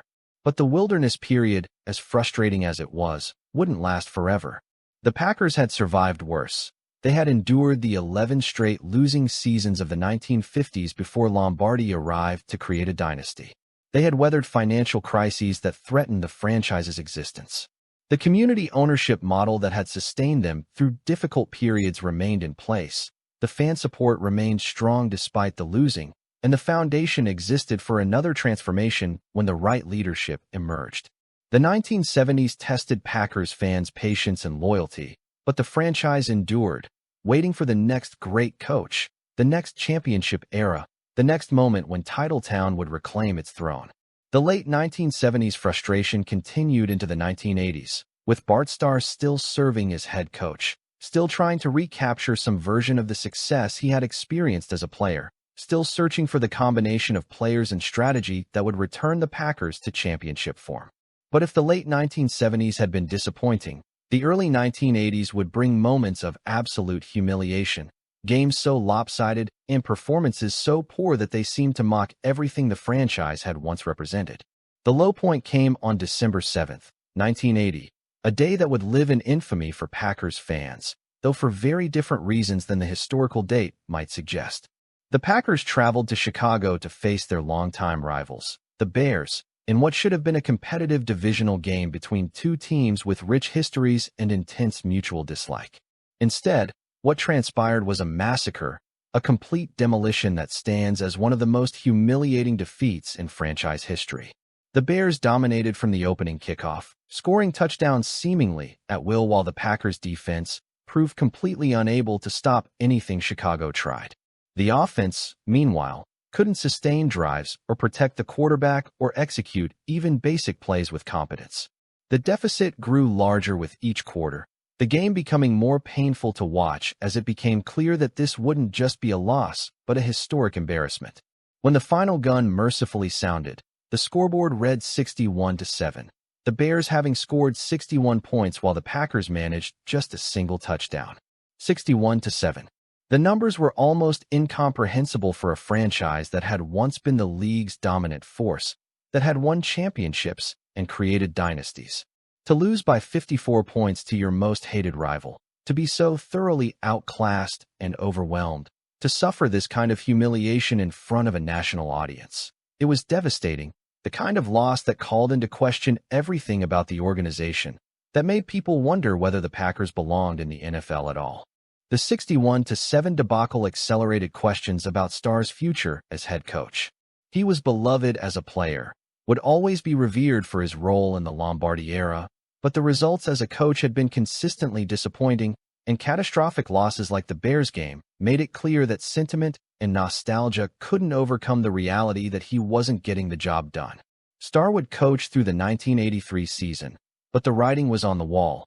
The franchise needed new leadership, needed someone who could build a winner rather than just trading on past glory.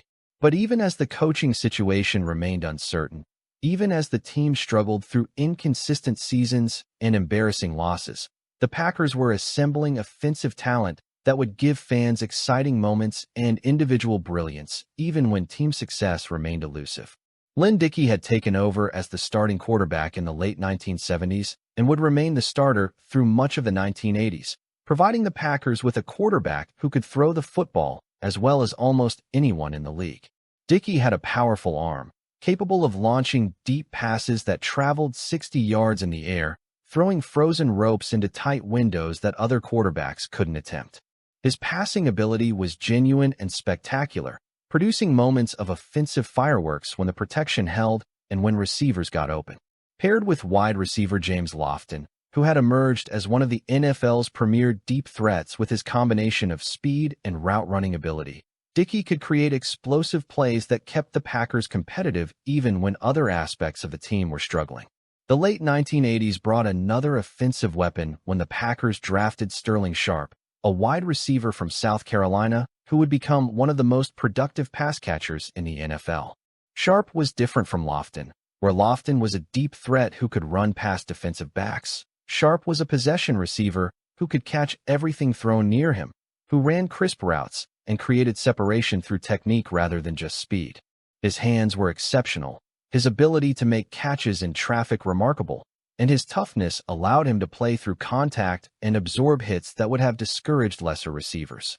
The combination of Dickey's arm, Lofton's speed, and Sharpe's sure hands created what became known as the Air Pack offense, a passing attack that could score from anywhere on the field, that could put up impressive point totals when everything clicked, that gave Packers fans exciting football even when the defense couldn't stop opponents or when the team couldn't win consistently. The Air Pack was fun to watch, produced memorable performances and individual achievements, but it couldn't overcome the organizational dysfunction or the coaching limitations that prevented sustained success. The 1982 season brought a playoff appearance, the Packers' first since that disappointing 1972 divisional round loss a decade earlier. The season was shortened by a players' strike that reduced the schedule to 9 games, and the NFL adopted a special expanded playoff format that included 16 teams rather than the usual 10. The Packers qualified as one of those 16 teams, ending a long playoff drought and giving fans hope that maybe the team was finally turning the corner. But the playoff game, a first-round contest against the St. Louis Cardinals, ended in a 41-16 loss that exposed the Packers as overmatched against playoff-caliber competition. The Cardinals dominated. The Packers' offense couldn't keep pace despite all its talented skill players, and the season ended with disappointment rather than celebration. The playoff appearance had ended a drought, but it hadn't signaled any real return to championship contention. After the 1983 season, the Packers finally moved on from Bart Starr, hiring Forrest Gregg as head coach. Gregg had been a Hall of Fame offensive lineman during the Lombardi era, another connection to the glory years, another former player tasked with trying to recapture past greatness. Gregg's teams were tough and physical but inconsistent, capable of beating good teams on occasion but unable to sustain excellence across full seasons. The mid-1980s brought more frustration, more seasons that hovered around .500 without breaking through to genuine contention. The Air Pack kept producing. Dickey threw for big yardage, Lofton caught deep passes, and later Sharp emerged as a star. But the team couldn't put together complete performances, couldn't win the close games that separate playoff teams from also-rans, couldn't build the kind of consistency that would make them legitimate threats in the NFC. The 1989 season brought another playoff appearance, the Packers finishing 10-6 under new head coach Lindy Infante and earning a wild-card berth. It had been 7 years since the strike-shortened 1982 playoff appearance. Another long drought ended, another opportunity to prove the team could compete in the postseason. But once again, the playoff game brought disappointment. A loss to the San Francisco 49ers, who were in the midst of their own dynasty, who were simply better and more complete than the Packers, who won convincingly and sent Green Bay home again. The pattern through the 1980s was clear and frustrating. Brief moments of hope followed by crushing disappointment, playoff appearances that ended quickly, individual brilliance that couldn't translate to team success. The 61-7 humiliation against the Bears stood as a low point, a reminder of how far the franchise had fallen. The Air Pack offense provided entertainment and highlights, gave fans exciting players to watch and support, but couldn't overcome the organizational and coaching deficiencies that prevented championship contention.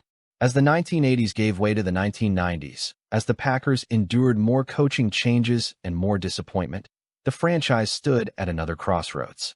Lindy Infante, who had brought the team to the playoffs in 1989, saw his teams collapse in subsequent seasons, finishing with losing records and making it clear that he wasn't the coach who would restore championship football to Green Bay. The pattern that had defined the post-Lombardi era continued.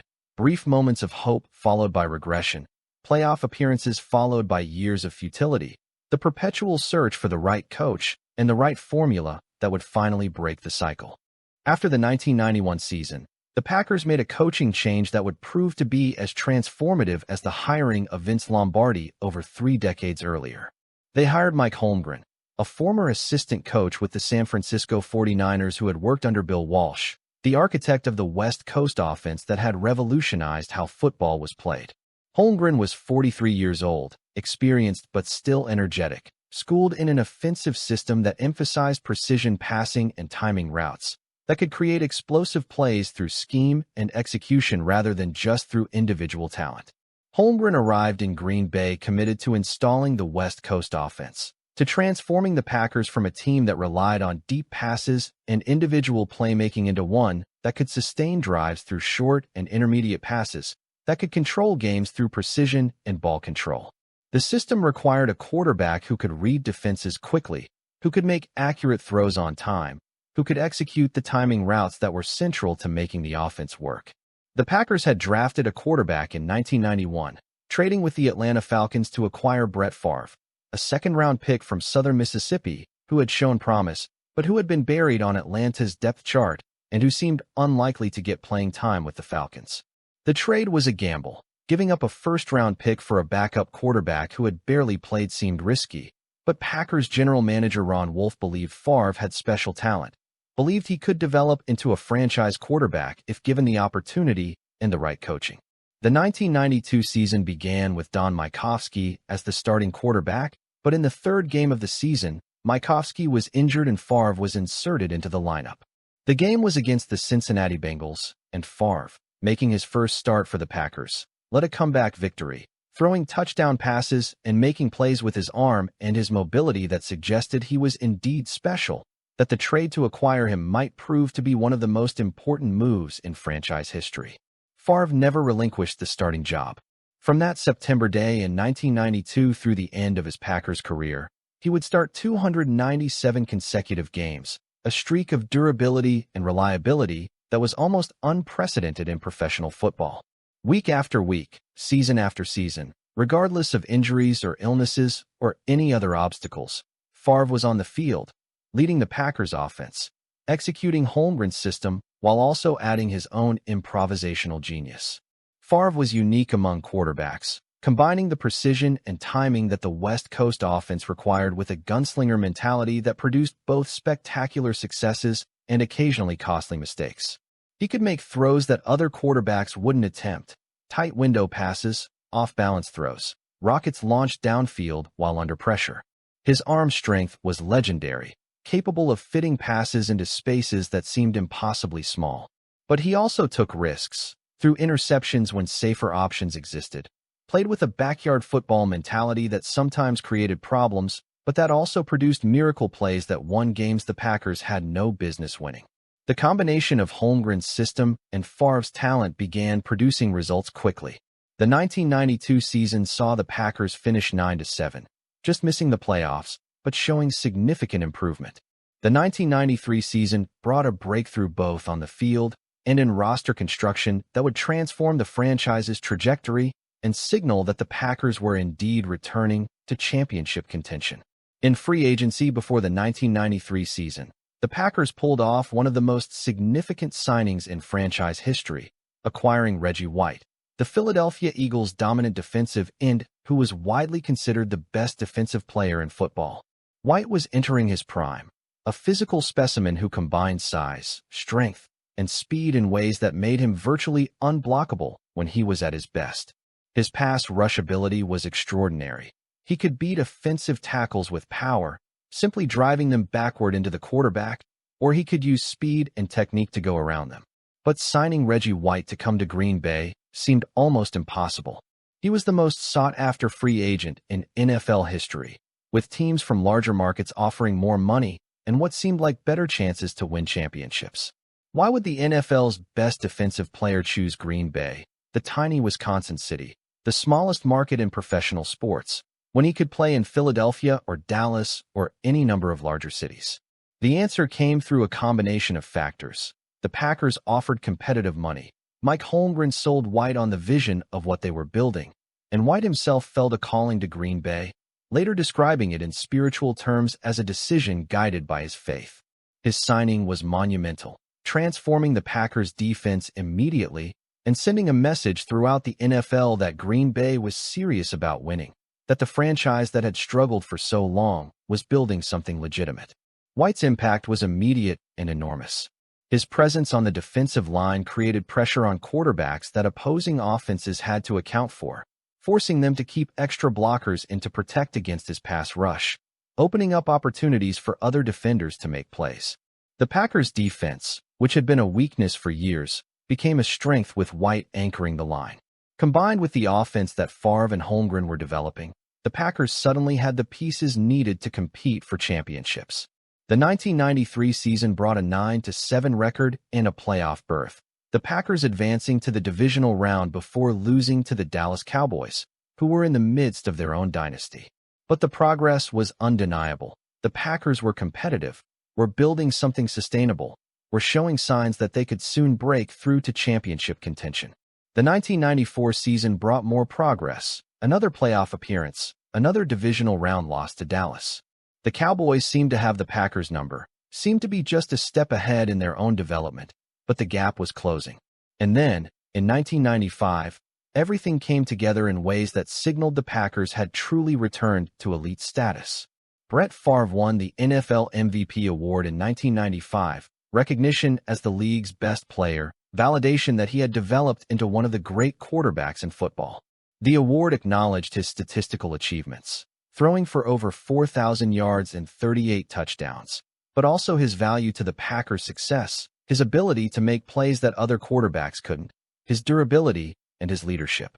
The Packers won 11 games and advanced to the NFC Championship game, where they lost to the Dallas Cowboys once again, but the season established that Green Bay was among the NFC's elite teams. Favre won the MVP award again in 1996, becoming only the second player in NFL history to win back-to-back MVP awards. The season brought 13 wins and another deep playoff run, and this time, the breakthrough would come. The Packers would reach the Super Bowl and claim the championship that had eluded the franchise for 3 decades. But we'll get to that story next. And then, incredibly, Favre won the MVP award for a third consecutive year in 1997, an achievement that was unprecedented in NFL history. 3 straight MVP awards, 3 consecutive seasons of being recognized as the best player in football. The streak from 1995 to 1997 established Favre as one of the great quarterbacks in NFL history, as the centerpiece of the Packers' revival, as the player who had brought championship football back to Green Bay. From Mike Holmgren's arrival with his West Coast offense to Brett Favre's emergency start against Cincinnati and his 297-game consecutive start streak, from Reggie White's transformative free agent signing to 3 consecutive MVP awards, the early and mid-1990s represented the franchise's revival, the return to relevance and excellence that Packers fans had been waiting decades to see. Titletown was being rebuilt, the foundation laid through smart coaching and star players and organizational commitment, all pointing toward the championship glory that would soon return to the frozen tundra of Lambeau Field. The 1996 season began with enormous expectations, with the sense that the Packers had been building towards something for years, and that this might finally be the year when everything came together, when all the pieces aligned to produce the championship that Green Bay had been chasing since the Lombardi era ended 3 decades earlier. Brett Favre was coming off back-to-back MVP awards, playing at a level that few quarterbacks had ever sustained. Reggie White was still dominant on the defensive line, creating havoc in opposing backfields. Mike Holmgren's West Coast offense was humming, executing with precision and explosiveness. The roster was talented and deep, built through smart drafting and free agent acquisitions, constructed to win now. The regular season validated those expectations. The Packers won 13 games and lost just 3, dominating opponents with a completeness that the franchise hadn't displayed in decades. The offense could score from anywhere on the field, with Favre throwing to talented receivers like Antonio Freeman and Robert Brooks, creating explosive plays that put points on the board in bunches. The defense, anchored by White but also featuring playmakers like defensive back Leroy Butler and linebacker Wayne Simmons, could shut down opponents when needed, creating turnovers and making crucial stops. The 13 wins earned the Packers home field advantage throughout the NFC playoffs, meaning the road to the Super Bowl would run through Lambeau Field, through the frozen tundra where the Packers had built their legend, where the Ice Bowl had been played 3 decades earlier, where the conditions and the crowd created advantages that visiting teams found difficult to overcome. The playoffs began with a divisional round victory over the San Francisco 49ers, the team that had been the NFC's dominant franchise for much of the previous decade, proving that the Packers could beat elite opponents when the stakes were highest. The NFC Championship game matched the Packers against the Carolina Panthers, a second-year expansion team that had defied expectations by reaching the conference championship, but that was clearly overmatched against Green Bay's veteran roster.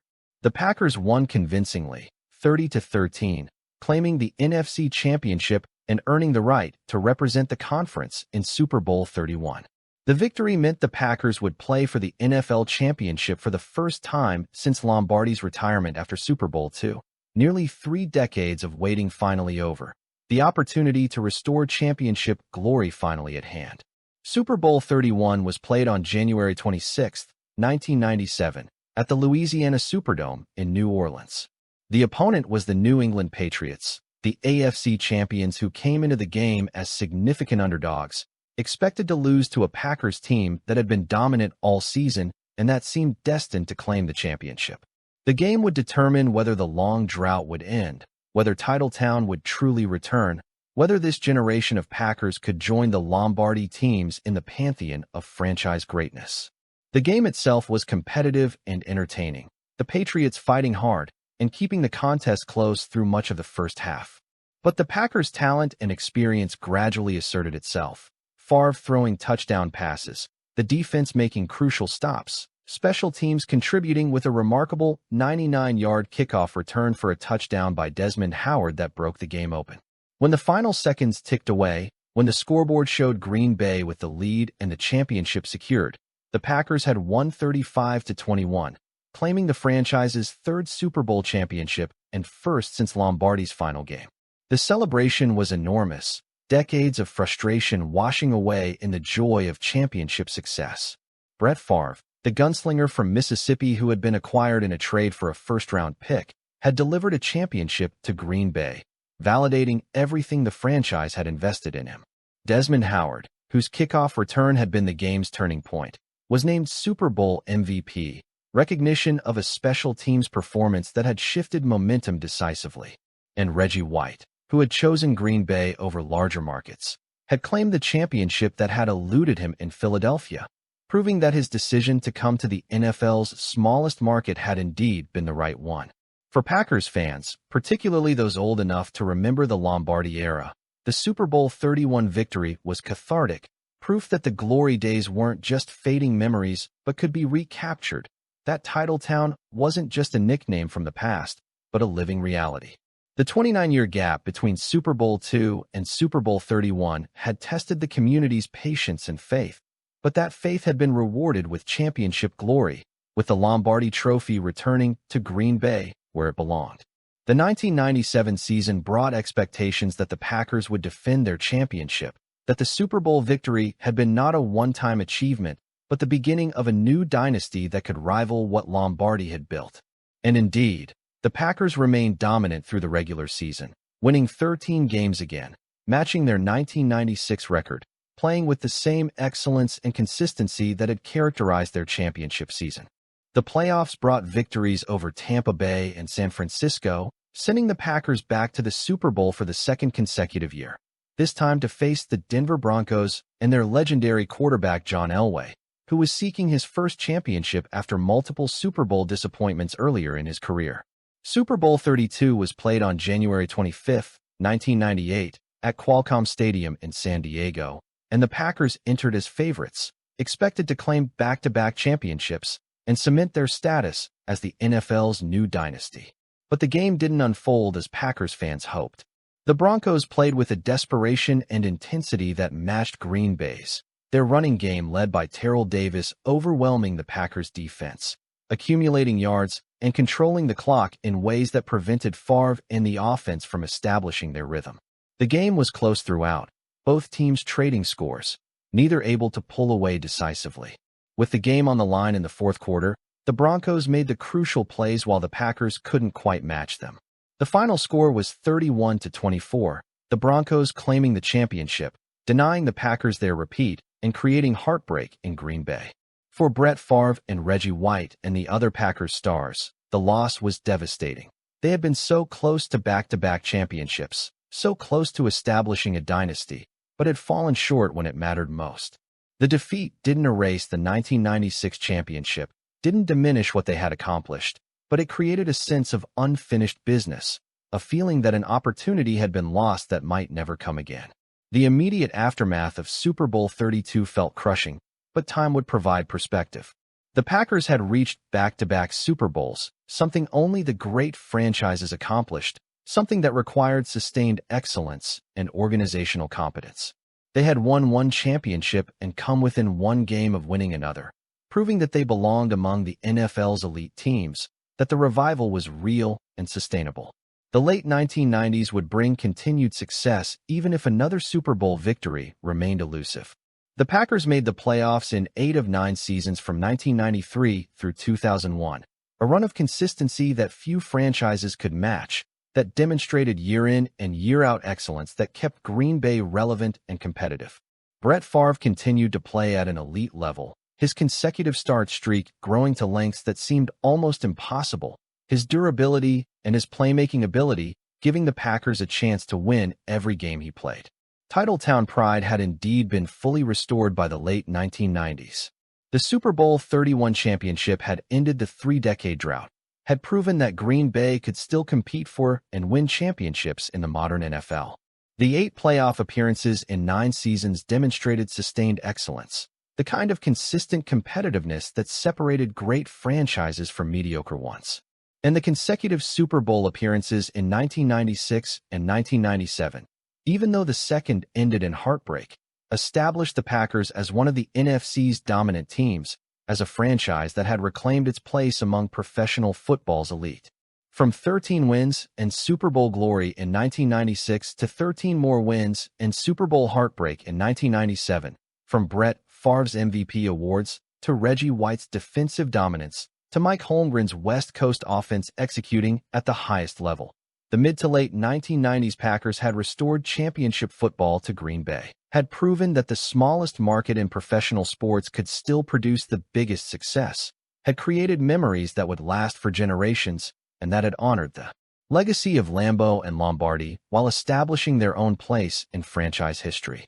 The departure of Mike Holmgren after the 1998 season created another transition moment for the Packers, another instance where the franchise had to replace a highly successful coach and hope that the momentum and excellence could be maintained. Holmgren left to become head coach and general manager of the Seattle Seahawks, seeking greater organizational control and a new challenge after 7 years in Green Bay.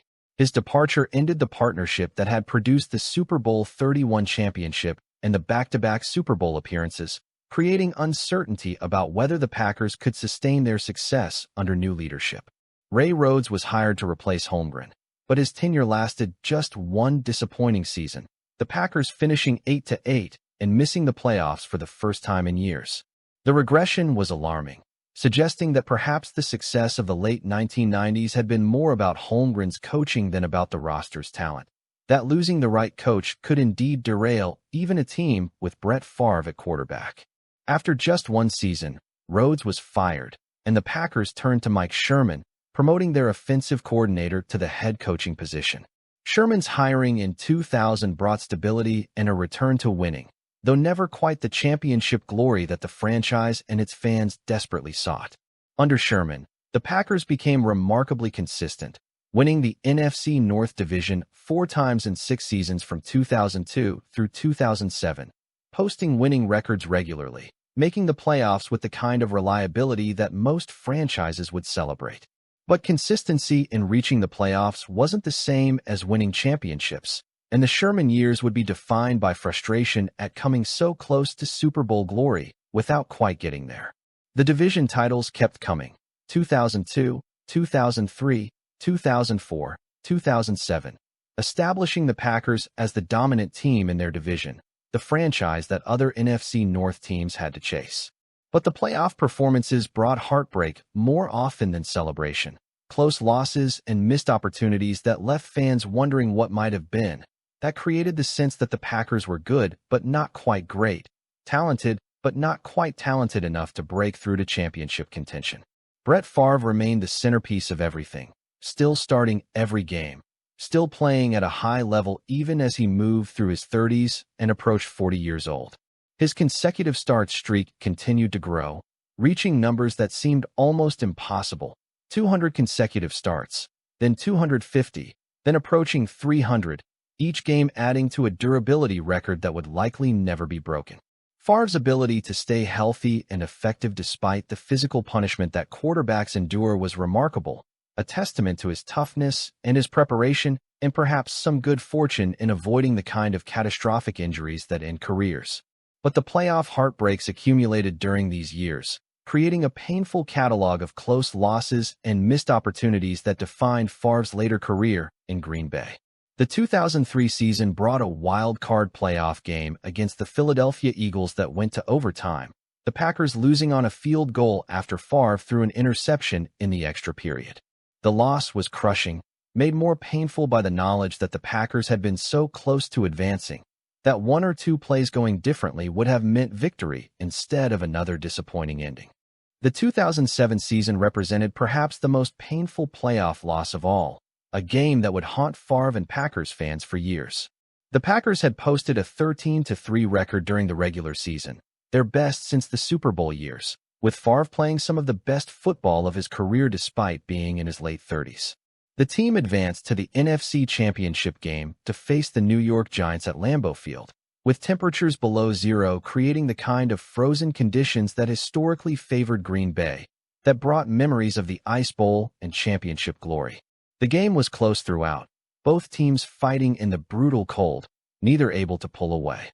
With the score tied late in the fourth quarter, Favre had the ball with a chance to drive the Packers into field goal range and win the game, to send Green Bay to the Super Bowl for the first time in a decade. But on second down from the Packers' own territory, Favre threw across his body toward the sideline, and Giants cornerback Corey Webster intercepted the pass, setting up the field goal that would send New York to overtime and eventually to victory. The interception was devastating, a mistake that cost the Packers a trip to the Super Bowl that ended what had been a magical season with the cruelest possible finish. For Favre, who had made so many incredible plays throughout his career, who had won so many games with his gunslinger mentality and his willingness to take risks, this was the downside. The interception that lost the championship, the gamble that didn't pay off, the aggressive throw that should have been the safe play. In the emotional aftermath of the NFC Championship loss, Favre announced his retirement, tearfully telling reporters that he no longer had the desire to continue playing, that the emotional and physical toll had become too much, that it was time to walk away after 16 seasons in Green Bay. The retirement press conference was emotional and seemed final, Favre saying goodbye to the game he loved and to the fans who had supported him through all the highs and lows. But the retirement didn't stick. Within months, Favre was expressing second thoughts, was reconsidering his decision, was indicating that he wanted to return to football. The problem was that the Packers had moved on, had committed to Aaron Rodgers as their starting quarterback, had decided that Favre's retirement had created an opportunity to transition to their quarterback of the future. The franchise that had drafted Rodgers in the first round in 2005 and had developed him as Favre's backup for 3 years was ready to make him the starter, was unwilling to return to Favre even if the legendary quarterback wanted to come back. The retirement-unretirement saga became messy and public, creating tension between Favre and the Packers organization, straining relationships that had been built over 16 years. Favre wanted to play, the Packers wanted to move forward with Rodgers, and neither side was willing to compromise. The situation created a dilemma. How do you tell the greatest quarterback in franchise history, the player who had delivered a Super Bowl championship and who had started 297 consecutive games, that he couldn't come back even though he wanted to? The resolution came through a trade in August 2008, the Packers sending Favre to the New York Jets in exchange for draft picks, ending his Green Bay career in a manner that was far from the triumphant farewell that might have been imagined. The trade allowed Favre to continue playing while giving the Packers the clean break they needed to commit fully to Rodgers, but it left bad feelings and created controversy that would persist for years. Favre's departure closed an era that had defined Packers football for 16 seasons, that had brought championship glory and playoff heartbreak, that had restored Titletown and created countless memories.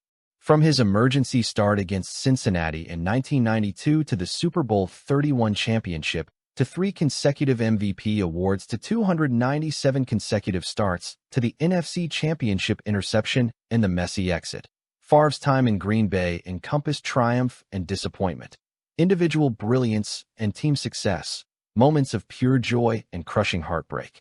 The transition years under Mike Sherman, with their consistent division titles but playoff disappointments, with their regular season success that never quite translated to championship glory, represented a frustrating period where the Packers were good enough to compete but not quite good enough to win it all. And Favre's farewell, messy and controversial rather than the storybook ending everyone would have preferred, left complex emotions, gratitude for everything he had accomplished, frustration at how it ended, sadness that such a legendary career in Green Bay couldn't conclude more gracefully. But as one era ended, another was beginning, Aaron Rodgers waiting in the wings, ready to prove he could be the next great Packers quarterback, ready to show that Green Bay's championship tradition could continue even after Favre's departure. The transition was complete, the Favre era over, and the Packers were moving forward into an uncertain future that held the promise of more championships if the young quarterback could fulfill his potential. The trade that sent Brett Favre to the New York Jets in August 2008, ending his 16-year tenure in Green Bay, created both opportunity and enormous pressure for Aaron Rodgers. The opportunity was obvious. After sitting on the bench for 3 years as Favre's backup, learning Mike McCarthy's offense, and waiting for his chance, Rodgers would finally be the starting quarterback for the Green Bay Packers. But the pressure was equally immense. How do you follow a legend? How do you replace a player who had won a Super Bowl and 3 MVP awards, and who had started 297 consecutive games? How do you satisfy fans who loved Favre and who might resent you for being the reason their hero was traded away? Rodgers had been drafted in 2005 with the 24th overall pick, a selection that had surprised many observers who expected the Packers to draft a player who could contribute immediately rather than a quarterback who would sit behind Favre for years. Rodgers himself had expected to be selected much higher, perhaps in the top 5 picks, and had endured the humiliation of sitting in the green room on draft day, watching team after team pass on him, waiting hours before finally hearing his name called by Green Bay. The experience had been painful and had created a chip on his shoulder, a determination to prove that all those teams who passed on him had made a mistake. During his 3 years as Favre's backup from 2005 through 2007, Rodgers had learned and developed, studying defenses, working with quarterbacks coach Tom Clements, absorbing everything he could from watching Favre and from the limited playing time he received in blowout games. He had prepared for this opportunity, had worked to be ready when his chance came, and now, in 2008, with Favre gone and the starting job his, he would have to prove that the wait had been worth it, that he could indeed be the quarterback the Packers needed. The 2008 season, Rodgers' first as a starter, brought immediate success that helped quiet some of the doubts. The Packers finished 11-5, missing the playoffs only due to tiebreakers, proving that Rodgers could win games, that the offense could function effectively with him at quarterback, that the transition from Favre to Rodgers wouldn't mean a collapse into losing seasons. Rodgers threw for over 4,000 yards and 28 touchdowns, showing the kind of arm talent and decision-making that validated the Packers' decision to move forward with him rather than bringing Favre back. But 11 wins and missing the playoffs wasn't enough to fully satisfy a fan base that had grown accustomed to playoff appearances, that expected championship contention, that measured success not by regular season wins, but by postseason advancement and Super Bowl victories. Rodgers had proven he could start in the NFL, but he hadn't yet proven he could lead the Packers to the ultimate goal, hadn't yet delivered the kind of playoff success that would earn him the complete trust and support of Packers fans. The 2009 season brought a playoff appearance and a wild-card victory, the Packers defeating the Philadelphia Eagles before losing to the Arizona Cardinals in overtime in the divisional round. The playoff win was Rodgers' first, a milestone that demonstrated he could indeed win when the stakes were highest, that he could perform in January rather than just in September and October. But the loss to Arizona, coming in such heartbreaking fashion with the game tied, and going to overtime before the Cardinals scored the winning touchdown, left the sense that the Packers were close, but not quite there yet, talented, but not quite complete. And then came the 2010 season, the year when everything would finally come together, when Rodgers would silence all remaining doubts and lead the Packers to the championship that would validate the entire post-Favre transition. The regular season was good, but not dominant. The Packers finished 10-6, a solid record, but hardly overwhelming, earning a wild-card playoff berth rather than a division title or a first-round bye. As the 6th seed in the NFC playoffs, the Packers would have to win on the road in every playoff game, would have to defeat higher-seeded opponents in their home stadiums, would have to do what seemed almost impossible, win 4 consecutive playoff games, all away from Lombardi Field, to claim the Super Bowl. But the Packers and Rodgers were peaking at exactly the right time, playing their best football in January and February when championships are won. The wild card round brought a trip to Philadelphia to face the Eagles, and Rodgers was brilliant, throwing for 180 yards and 3 touchdowns in a 21-16 victory that advanced the Packers to the divisional round. The next game was in Atlanta against the top-seeded Falcons, and again Rodgers delivered, throwing for 366 yards and 3 touchdowns in a 48-21 demolition that announced the Packers as legitimate championship contenders. The NFC Championship game was played in Chicago against the Bears, Green Bay's oldest and most bitter rival, with the winner advancing to the Super Bowl. The game was played at Soldier Field in frigid conditions, The kind of weather that made throwing the football difficult, that tested quarterbacks' ability to grip the ball and make accurate throws despite the cold. But Rodgers was masterful, completing pass after pass, making throws that seemed impossible given the conditions, leading the Packers to a 21-14 victory that sent Green Bay to Super Bowl 45. 3 road playoff victories to reach the Super Bowl, matching what the 1985 Packers had accomplished, proving that this team could win anywhere, against anyone, that the 6th seed designation had been misleading, that the Packers were indeed the NFC's best team regardless of their seeding. The Super Bowl would be played on February 6, 2011, at Cowboys Stadium in Arlington, Texas, with the Packers facing the Pittsburgh Steelers, another storied franchise with championship tradition. The game was tense and competitive, both teams fighting for every yard, neither able to pull away decisively. Rodgers threw 3 touchdown passes, spreading the ball to different receivers, making the throws that needed to be made, avoiding the costly mistakes that can doom teams in close Super Bowl games. The defense made crucial stops, creating turnovers and preventing the Steelers from establishing sustained drives. When the final seconds ticked away, when the scoreboard showed Green Bay ahead 31-25, the Packers had won their 4th Super Bowl championship and their 13th overall title dating back to the pre-Super Bowl era. Aaron Rodgers was named Super Bowl MVP, recognition of his brilliant performance throughout the playoffs and in the championship game itself, validation that he had indeed led the Packers to the ultimate goal, that he had delivered the championship that proved he belonged in the same conversation as the great Packers quarterbacks who had come before him. The Super Bowl 45 victory was the Packers' first championship since Brett Favre had led them to Super Bowl 31 14 years earlier, ending another drought and proving that the franchise's championship tradition could continue even after Favre's departure. For Rodgers, the Super Bowl victory was transformative, changing how he was perceived by Packers fans and by the football world generally. He was no longer just the guy who replaced Favre. He was a Super Bowl champion and Super Bowl MVP in his own right, a quarterback who had proven he could lead a team to championships, who had validated the Packers' decision to move on from Favre and commit to him as the quarterback of the future.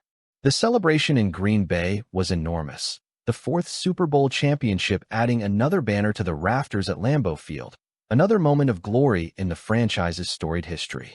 The wild card run to the championship, winning 4 road playoff games, defeating the rival Bears in Chicago to reach the Super Bowl. It was a storybook season that would be remembered for generations. But Rodgers and the Packers weren't satisfied with one championship. The 2011 season brought a pursuit of perfection, an attempt to match or exceed what any Packers team had ever accomplished. And for most of the season, perfection seemed achievable. The Packers won their first 13 games, dominating opponents week after week, Rodgers playing at an MVP level, the offense scoring points in bunches while the defense created turnovers and made crucial stops. The team finished 15-1, the best record in franchise history, surpassing even the great Lombardi teams and the Super Bowl 31 champions. Rodgers threw 45 touchdown passes against just 6 interceptions, an almost incomprehensible touchdown-to-interception ratio that demonstrated remarkable efficiency and decision-making. He was named NFL MVP, recognition as the league's best player, adding individual honors to the team's collective success. The 15 wins created enormous expectations for the playoffs, the sense that this Packers team was special, that they might be on the verge of creating a dynasty, that back-to-back Super Bowl championships were not just possible, but likely given how dominant they had been all season. But the playoffs brought crushing disappointment, a divisional round loss to the New York Giants. The Packers' season ending at home despite all their regular season success, despite being heavy favorites, despite seemingly having everything necessary to win another championship. The loss to the Giants was devastating. All those regular season victories rendered meaningless by one playoff defeat, the 15-1 record becoming a footnote to failure rather than a stepping stone to dynasty. For Rodgers and the Packers, the disappointment was profound. They had been so close to back-to-back championships, had played so well for so long, but had come up short when it mattered most, proving once again that regular season excellence doesn't guarantee playoff success. From taking over as starter in 2008 to the Super Bowl 45 championship in 2010 to the record-breaking 15-1 season in 2011, Aaron Rodgers had established himself as one of the great quarterbacks in NFL history, had proven he could follow a legend and create his own legacy, had delivered championships while also enduring playoff heartbreak. The Rodgers era was fully underway, the post-Favre transition complete, and Green Bay had proven once again that Titletown's championship tradition could endure across generations of quarterbacks and coaches. The Super Bowl 45 championship in 2010 and the 15-1 season in 2011 established Aaron Rodgers as one of the elite quarterbacks in the NFL, a player who could dominate games through his arm talent, his mobility, and his decision-making in ways that few quarterbacks in history had matched. But as the 2010s progressed, as Rodgers continued to play at an MVP level year after year, the championship that had seemed like it would be the first of many remained stubbornly singular. The Super Bowl 45 victory, standing alone rather than being joined by others, creating a paradox of individual excellence without corresponding team success. The MVP awards kept coming, recognition that Rodgers was consistently among the very best players in football regardless of team outcomes. He won the award in 2011 after that remarkable 15-1 season. Then again in 2014, when he threw 38 touchdowns against just 5 interceptions and led the Packers to the NFC Championship game. The 2020 season brought a third MVP award, Rodgers throwing 48 touchdowns at age 37 and playing perhaps the best football of his career. And then in 2021, he won his fourth MVP, joining an exclusive club of just a handful of players who had won the award that many times, cementing his status as one of the greatest quarterbacks to ever play the game. 4 MVP awards across a decade. It was dominance at an individual level that few players in any sport ever achieve. Proof that Rodgers was performing at the absolute highest level year after year, that his excellence wasn't just a flash or a brief peak, but sustained brilliance across an entire career. The awards validated what anyone who watched Packers games could see. Rodgers making throws that other quarterbacks couldn't attempt, extending plays with his mobility and his ability to throw accurately while moving, reading defenses at a level that seemed almost precognitive. The Packers under Rodgers dominated the NFC North Division with a consistency that was remarkable, winning the division 9 times in his first 13 seasons as a starter, establishing Green Bay as the team that other division rivals had to chase, that set the standard for excellence in the North. The Minnesota Vikings, Chicago Bears, and Detroit Lions all had moments of competitiveness, but none could consistently match what the Packers accomplished with Rodgers at quarterback. None could sustain success across multiple seasons the way Green Bay did. But dominance in the regular season and in divisional play didn't translate to Super Bowl championships, and the playoff heartbreaks accumulated in ways that defined the Rodgers era as much as the MVP awards and the statistical excellence. The pain of these near misses was amplified by how close the Packers came, by the fact that they weren't being blown out or overwhelmed, but were losing in the final moments, losing on plays that went the wrong way, losing in ways that seemed almost designed to create maximum frustration.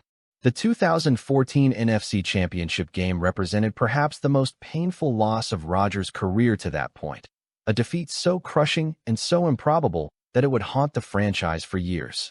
The Packers hosted the Seattle Seahawks at Lambeau Field, playing at home with a trip to the Super Bowl on the line.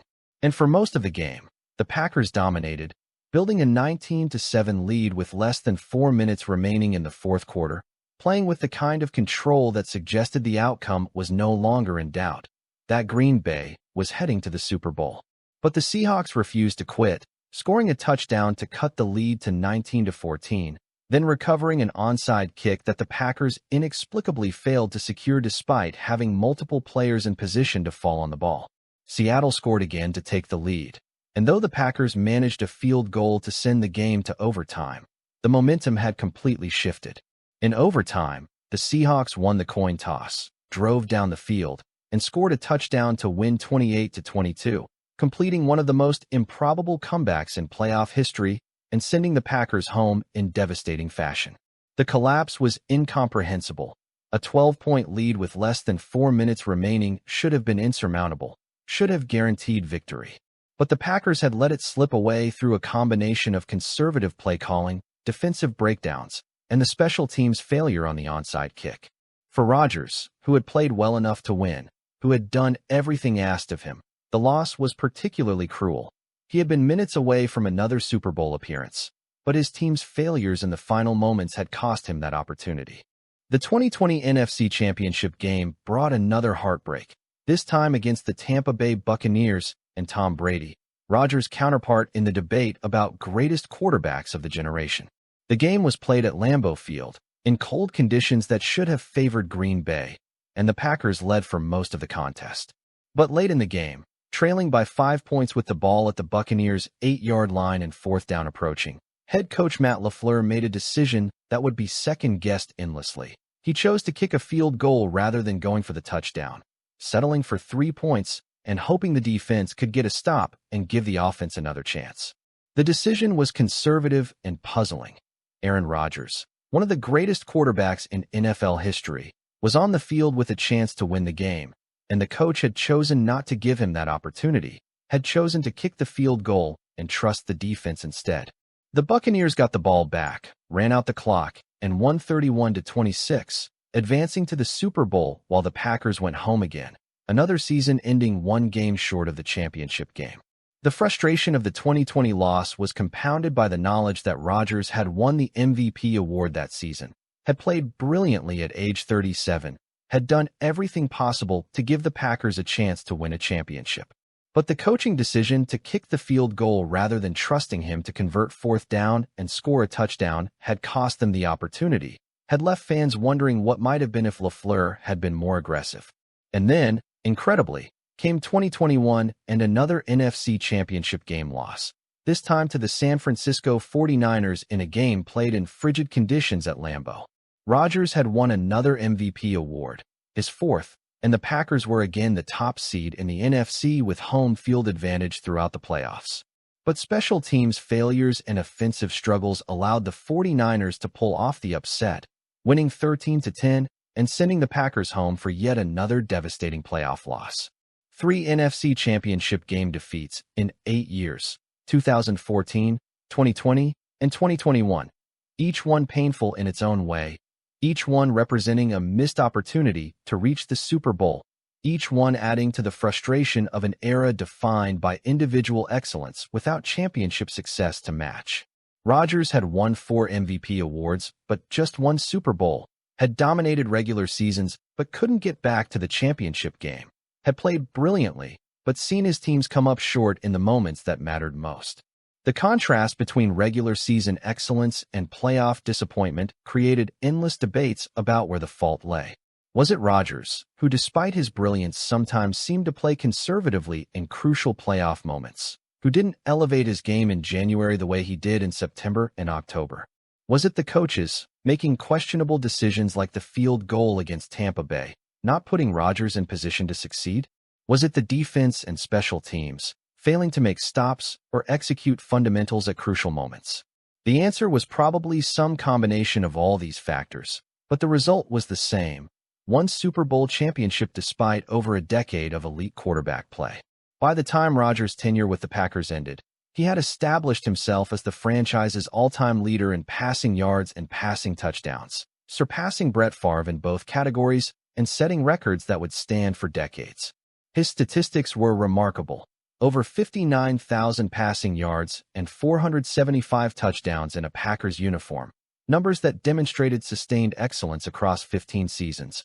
That proved his greatness was measured not just in peak performance, but in longevity and consistency. But statistics and MVP awards, as impressive as they were, couldn't erase the disappointment of those NFC Championship losses, couldn't change the fact that the Super Bowl 45 championship in 2010 remained his only title, couldn't answer the questions about why someone so talented hadn't won more championships. The Rodgers era with the Packers ended after the 2022 season when he was traded to the New York Jets, closing a chapter that had been defined by brilliance and frustration in equal measure, by individual dominance and team disappointment, by regular season excellence and playoff heartbreak.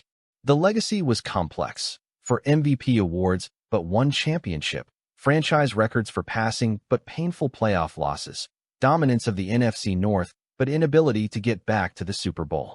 Aaron Rodgers had proven he could follow a legend in Brett Favre and create his own legendary career, had validated the Packers' decision to move on from one Hall of Fame quarterback to another.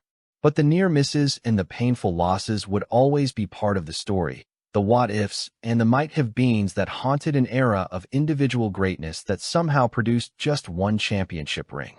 The decision to draft Jordan Love with the 26th overall pick in the 2020 NFL Draft was controversial from the moment his name was announced. Aaron Rodgers was still playing at an MVP level. He would win the award that very season. And the Packers were competing for championships, seemingly one or two pieces away from returning to the Super Bowl. Yet general manager Brian Gutekunst used a first-round pick on a quarterback from Utah State, a player who would sit on the bench for years while Rodgers continued starting, a selection that seemed to prioritize the distant future over the immediate present. The parallels to 2005 were obvious and uncomfortable. That was the year the Packers had drafted Aaron Rodgers in the first round while Brett Favre was still the starter, creating tension and eventually contributing to Favre's messy departure.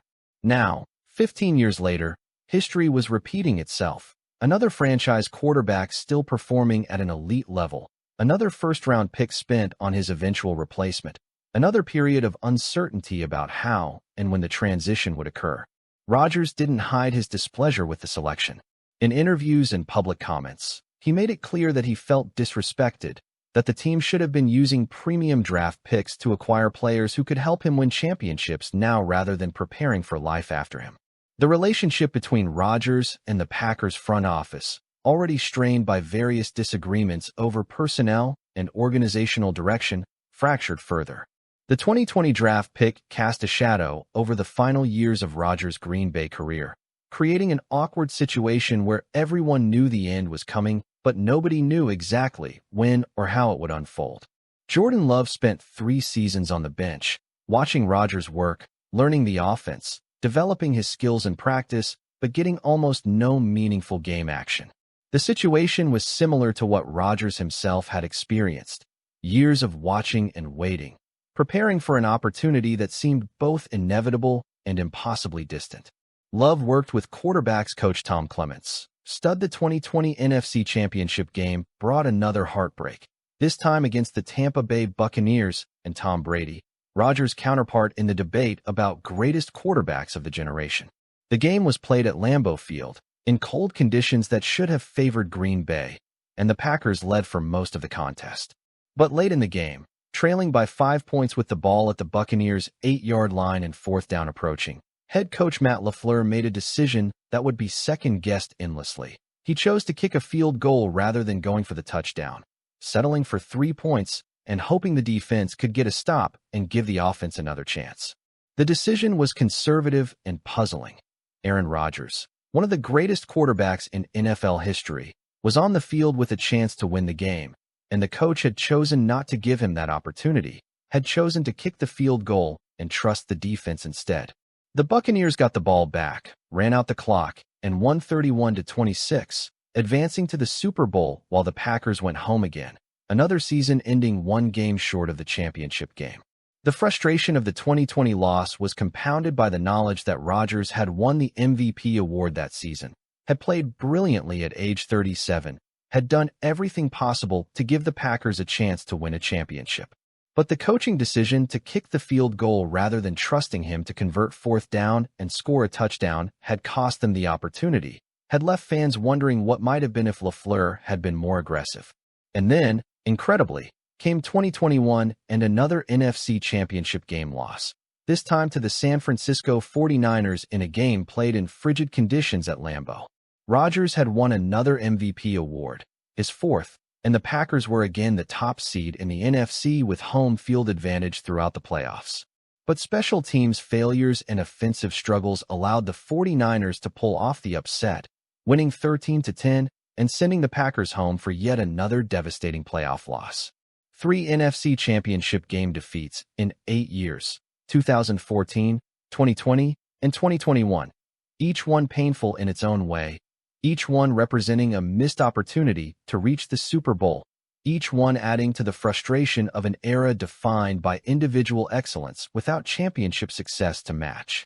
Rodgers had won 4 MVP awards, but just one Super Bowl, had dominated regular seasons but couldn't get back to the championship game, had played brilliantly but seen his teams come up short in the moments that mattered most.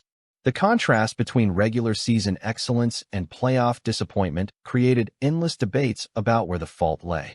Was it Rodgers, who despite his brilliance sometimes seemed to play conservatively in crucial playoff moments, who didn't elevate his game in January the way he did in September and October? Was it the coaches, making questionable decisions like the field goal against Tampa Bay, not putting Rodgers in position to succeed?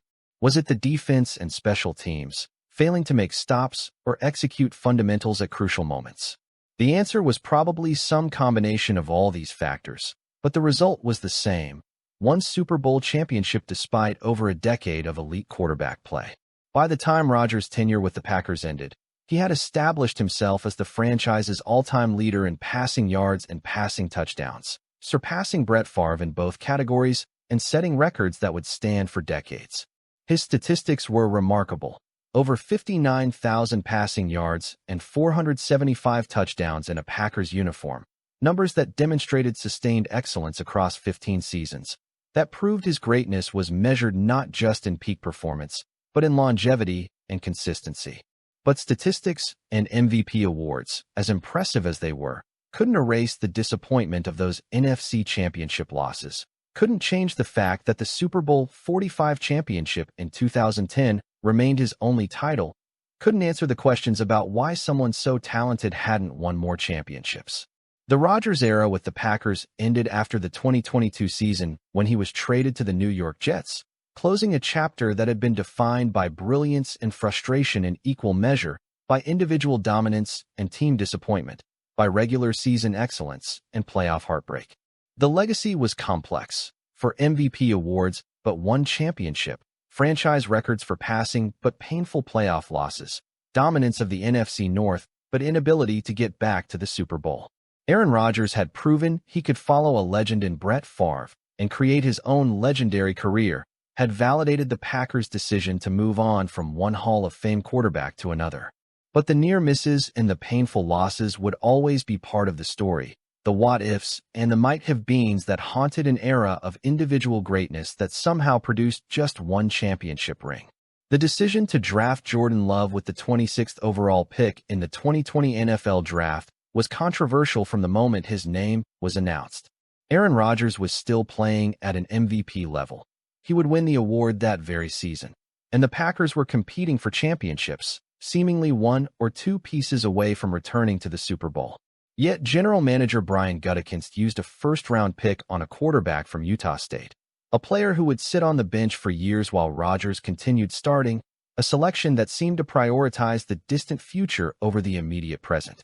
The parallels to 2005 were obvious and uncomfortable. That was the year the Packers had drafted Aaron Rodgers in the first round while Brett Favre was still the starter, creating tension and eventually contributing to Favre's messy departure. Now, 15 years later, history was repeating itself. Another franchise quarterback still performing at an elite level, another first-round pick spent on his eventual replacement, another period of uncertainty about how and when the transition would occur. Rodgers didn't hide his displeasure with the selection. In interviews and public comments, he made it clear that he felt disrespected, that the team should have been using premium draft picks to acquire players who could help him win championships now rather than preparing for life after him. The relationship between Rodgers and the Packers front office, already strained by various disagreements over personnel and organizational direction, fractured further.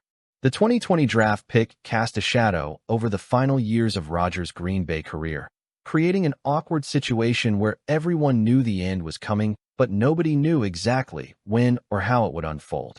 After the 2022 season, after another playoff disappointment, and with Rodgers clearly wanting a fresh start elsewhere, the Packers traded him to the New York Jets, ending his 18-year tenure in Green Bay and finally giving Jordan Love the opportunity he had been waiting for. The trade closed the Rodgers era definitively, creating a clean break that allowed the franchise to commit fully to Love as the quarterback of the future, to build around him without the distraction of Rodgers' presence or the constant comparisons that would have been inevitable if the transition had been more gradual. The 2023 season was Love's first as the Packers' starting quarterback, and it began with uncertainty and growing pains. The early games showed a player still adjusting to the speed and complexity of being a full-time NFL starter, still learning how to read defenses and make the quick decisions that starting quarterbacks must make. The Packers struggled through parts of the season, losing games they should have won, looking inconsistent and unfinished, creating questions about whether Love was indeed the answer or whether the Packers had made a mistake in moving on from Rodgers so definitively. But as the season progressed, as Love gained experience and confidence, the improvement became visible. He started making throws that showed his arm talent, deep passes launched with velocity and accuracy, tight window completions that demonstrated trust in his receivers and in his own ability. His mobility created plays when the pocket broke down, extending drives and keeping the offense moving. By late in the season, Love was playing well enough that the Packers made a run to the playoffs, finishing 9-8 and earning a wild-card berth. The playoff game was scheduled for January 14, 2024, at AT&T Stadium in Arlington, Texas, with the 7th-seeded Packers facing the 2nd-seeded Dallas Cowboys, a team that had dominated during the regular season and that was heavily favored to advance. The matchup seemed to favor Dallas in every way. They were playing at home. They had the better record. They had more playoff experience. Jordan Love was making his first playoff start, trying to win in one of the NFL's most intimidating road environments against a team that seemed destined for a deep playoff run. But the Packers and Love were undaunted by the challenge, by the hostile environment, by the low expectations. Love played with a poise and a confidence that belied his inexperience, making throws all over the field, connecting with receivers downfield, avoiding mistakes that would have given Dallas momentum. The Packers' defense made crucial stops, forcing turnovers and preventing the Cowboys from establishing the kind of offensive rhythm that had made them so dangerous during the regular season. As the game progressed, as the Packers built a lead and maintained it through the fourth quarter, the upset became reality. The final score was 48-32, the Packers winning convincingly on the road against a heavily favored opponent. Jordan Love throwing for over 270 yards and 3 touchdowns in his playoff debut, announcing himself as a quarterback who could perform when the stakes were highest. The victory was the Packers' first playoff win since their Super Bowl run in the 2020 season, ending a drought and validating the decision to move forward with Love. The upset of Dallas was exhilarating, but the Packers' playoff run ended the following week with a loss to the San Francisco 49ers in the divisional round. Still, the season had accomplished something important. Love had proven he could win playoff games, had shown that he belonged as an NFL starting quarterback, had given Packers fans reason to believe that the post-Rodgers era wouldn't be a rebuilding disaster, but rather a continuation of competitive football.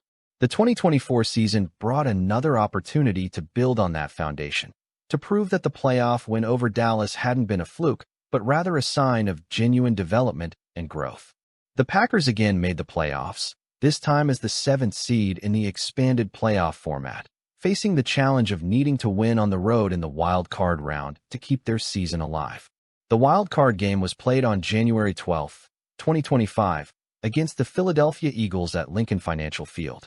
The Packers entered as underdogs once again, facing a higher-seeded opponent on the road, seemingly positioned for another early playoff exit. But Love and the Packers delivered, winning 22-10 in a game controlled by Green Bay's defense and complemented by Love's efficient quarterback play. The victory made the Packers the first 7th seed to win a playoff game in the current playoff format, another historic achievement, another sign that Love could lead the team to success in January. The 2024 playoff run would eventually end, but the trajectory was clear. Jordan Love was developing into the quarterback the Packers had hoped he would become when they drafted him in 2020, was proving that he could handle the pressure of following 2 Hall of Fame quarterbacks in Favre and Rodgers, was showing that Green Bay's quarterback tradition could continue into another generation. The transition from Rodgers to Love had been handled with more grace than the Favre to Rodgers transition, the clean break allowing both quarterbacks to move forward without the drama that had complicated the previous quarterback change. And Love, unburdened by having to compete with his predecessor for playing time or by messy public disputes, could focus entirely on developing his game and leading the Packers forward. From the controversial 2020 draft selection to 3 years of patient development on the bench to the playoff upset of Dallas to becoming the first 7th seed to win a playoff game, Jordan Love's early career had been marked by patience rewarded and potential beginning to be fulfilled. The Packers had proven once again that they could develop quarterbacks, that they could transition from one era to another without collapsing into prolonged rebuilding, that the smallest market in professional football could continue producing competitive teams and playoff success across generations of players and coaches. The Jordan Love era was just beginning, the early returns promising, the future uncertain but filled with potential. Titletown had survived another quarterback transition, had found another young signal caller who could keep the championship dreams alive, who could honor the legacy of Starr and Favre and Rodgers while creating his own story. The tradition continued, the green and gold still representing excellence, still competing for championships, still proving that Green Bay, Wisconsin, population just over 100,000, could stand toe-to-toe with franchises from cities 10 times larger and emerge victorious.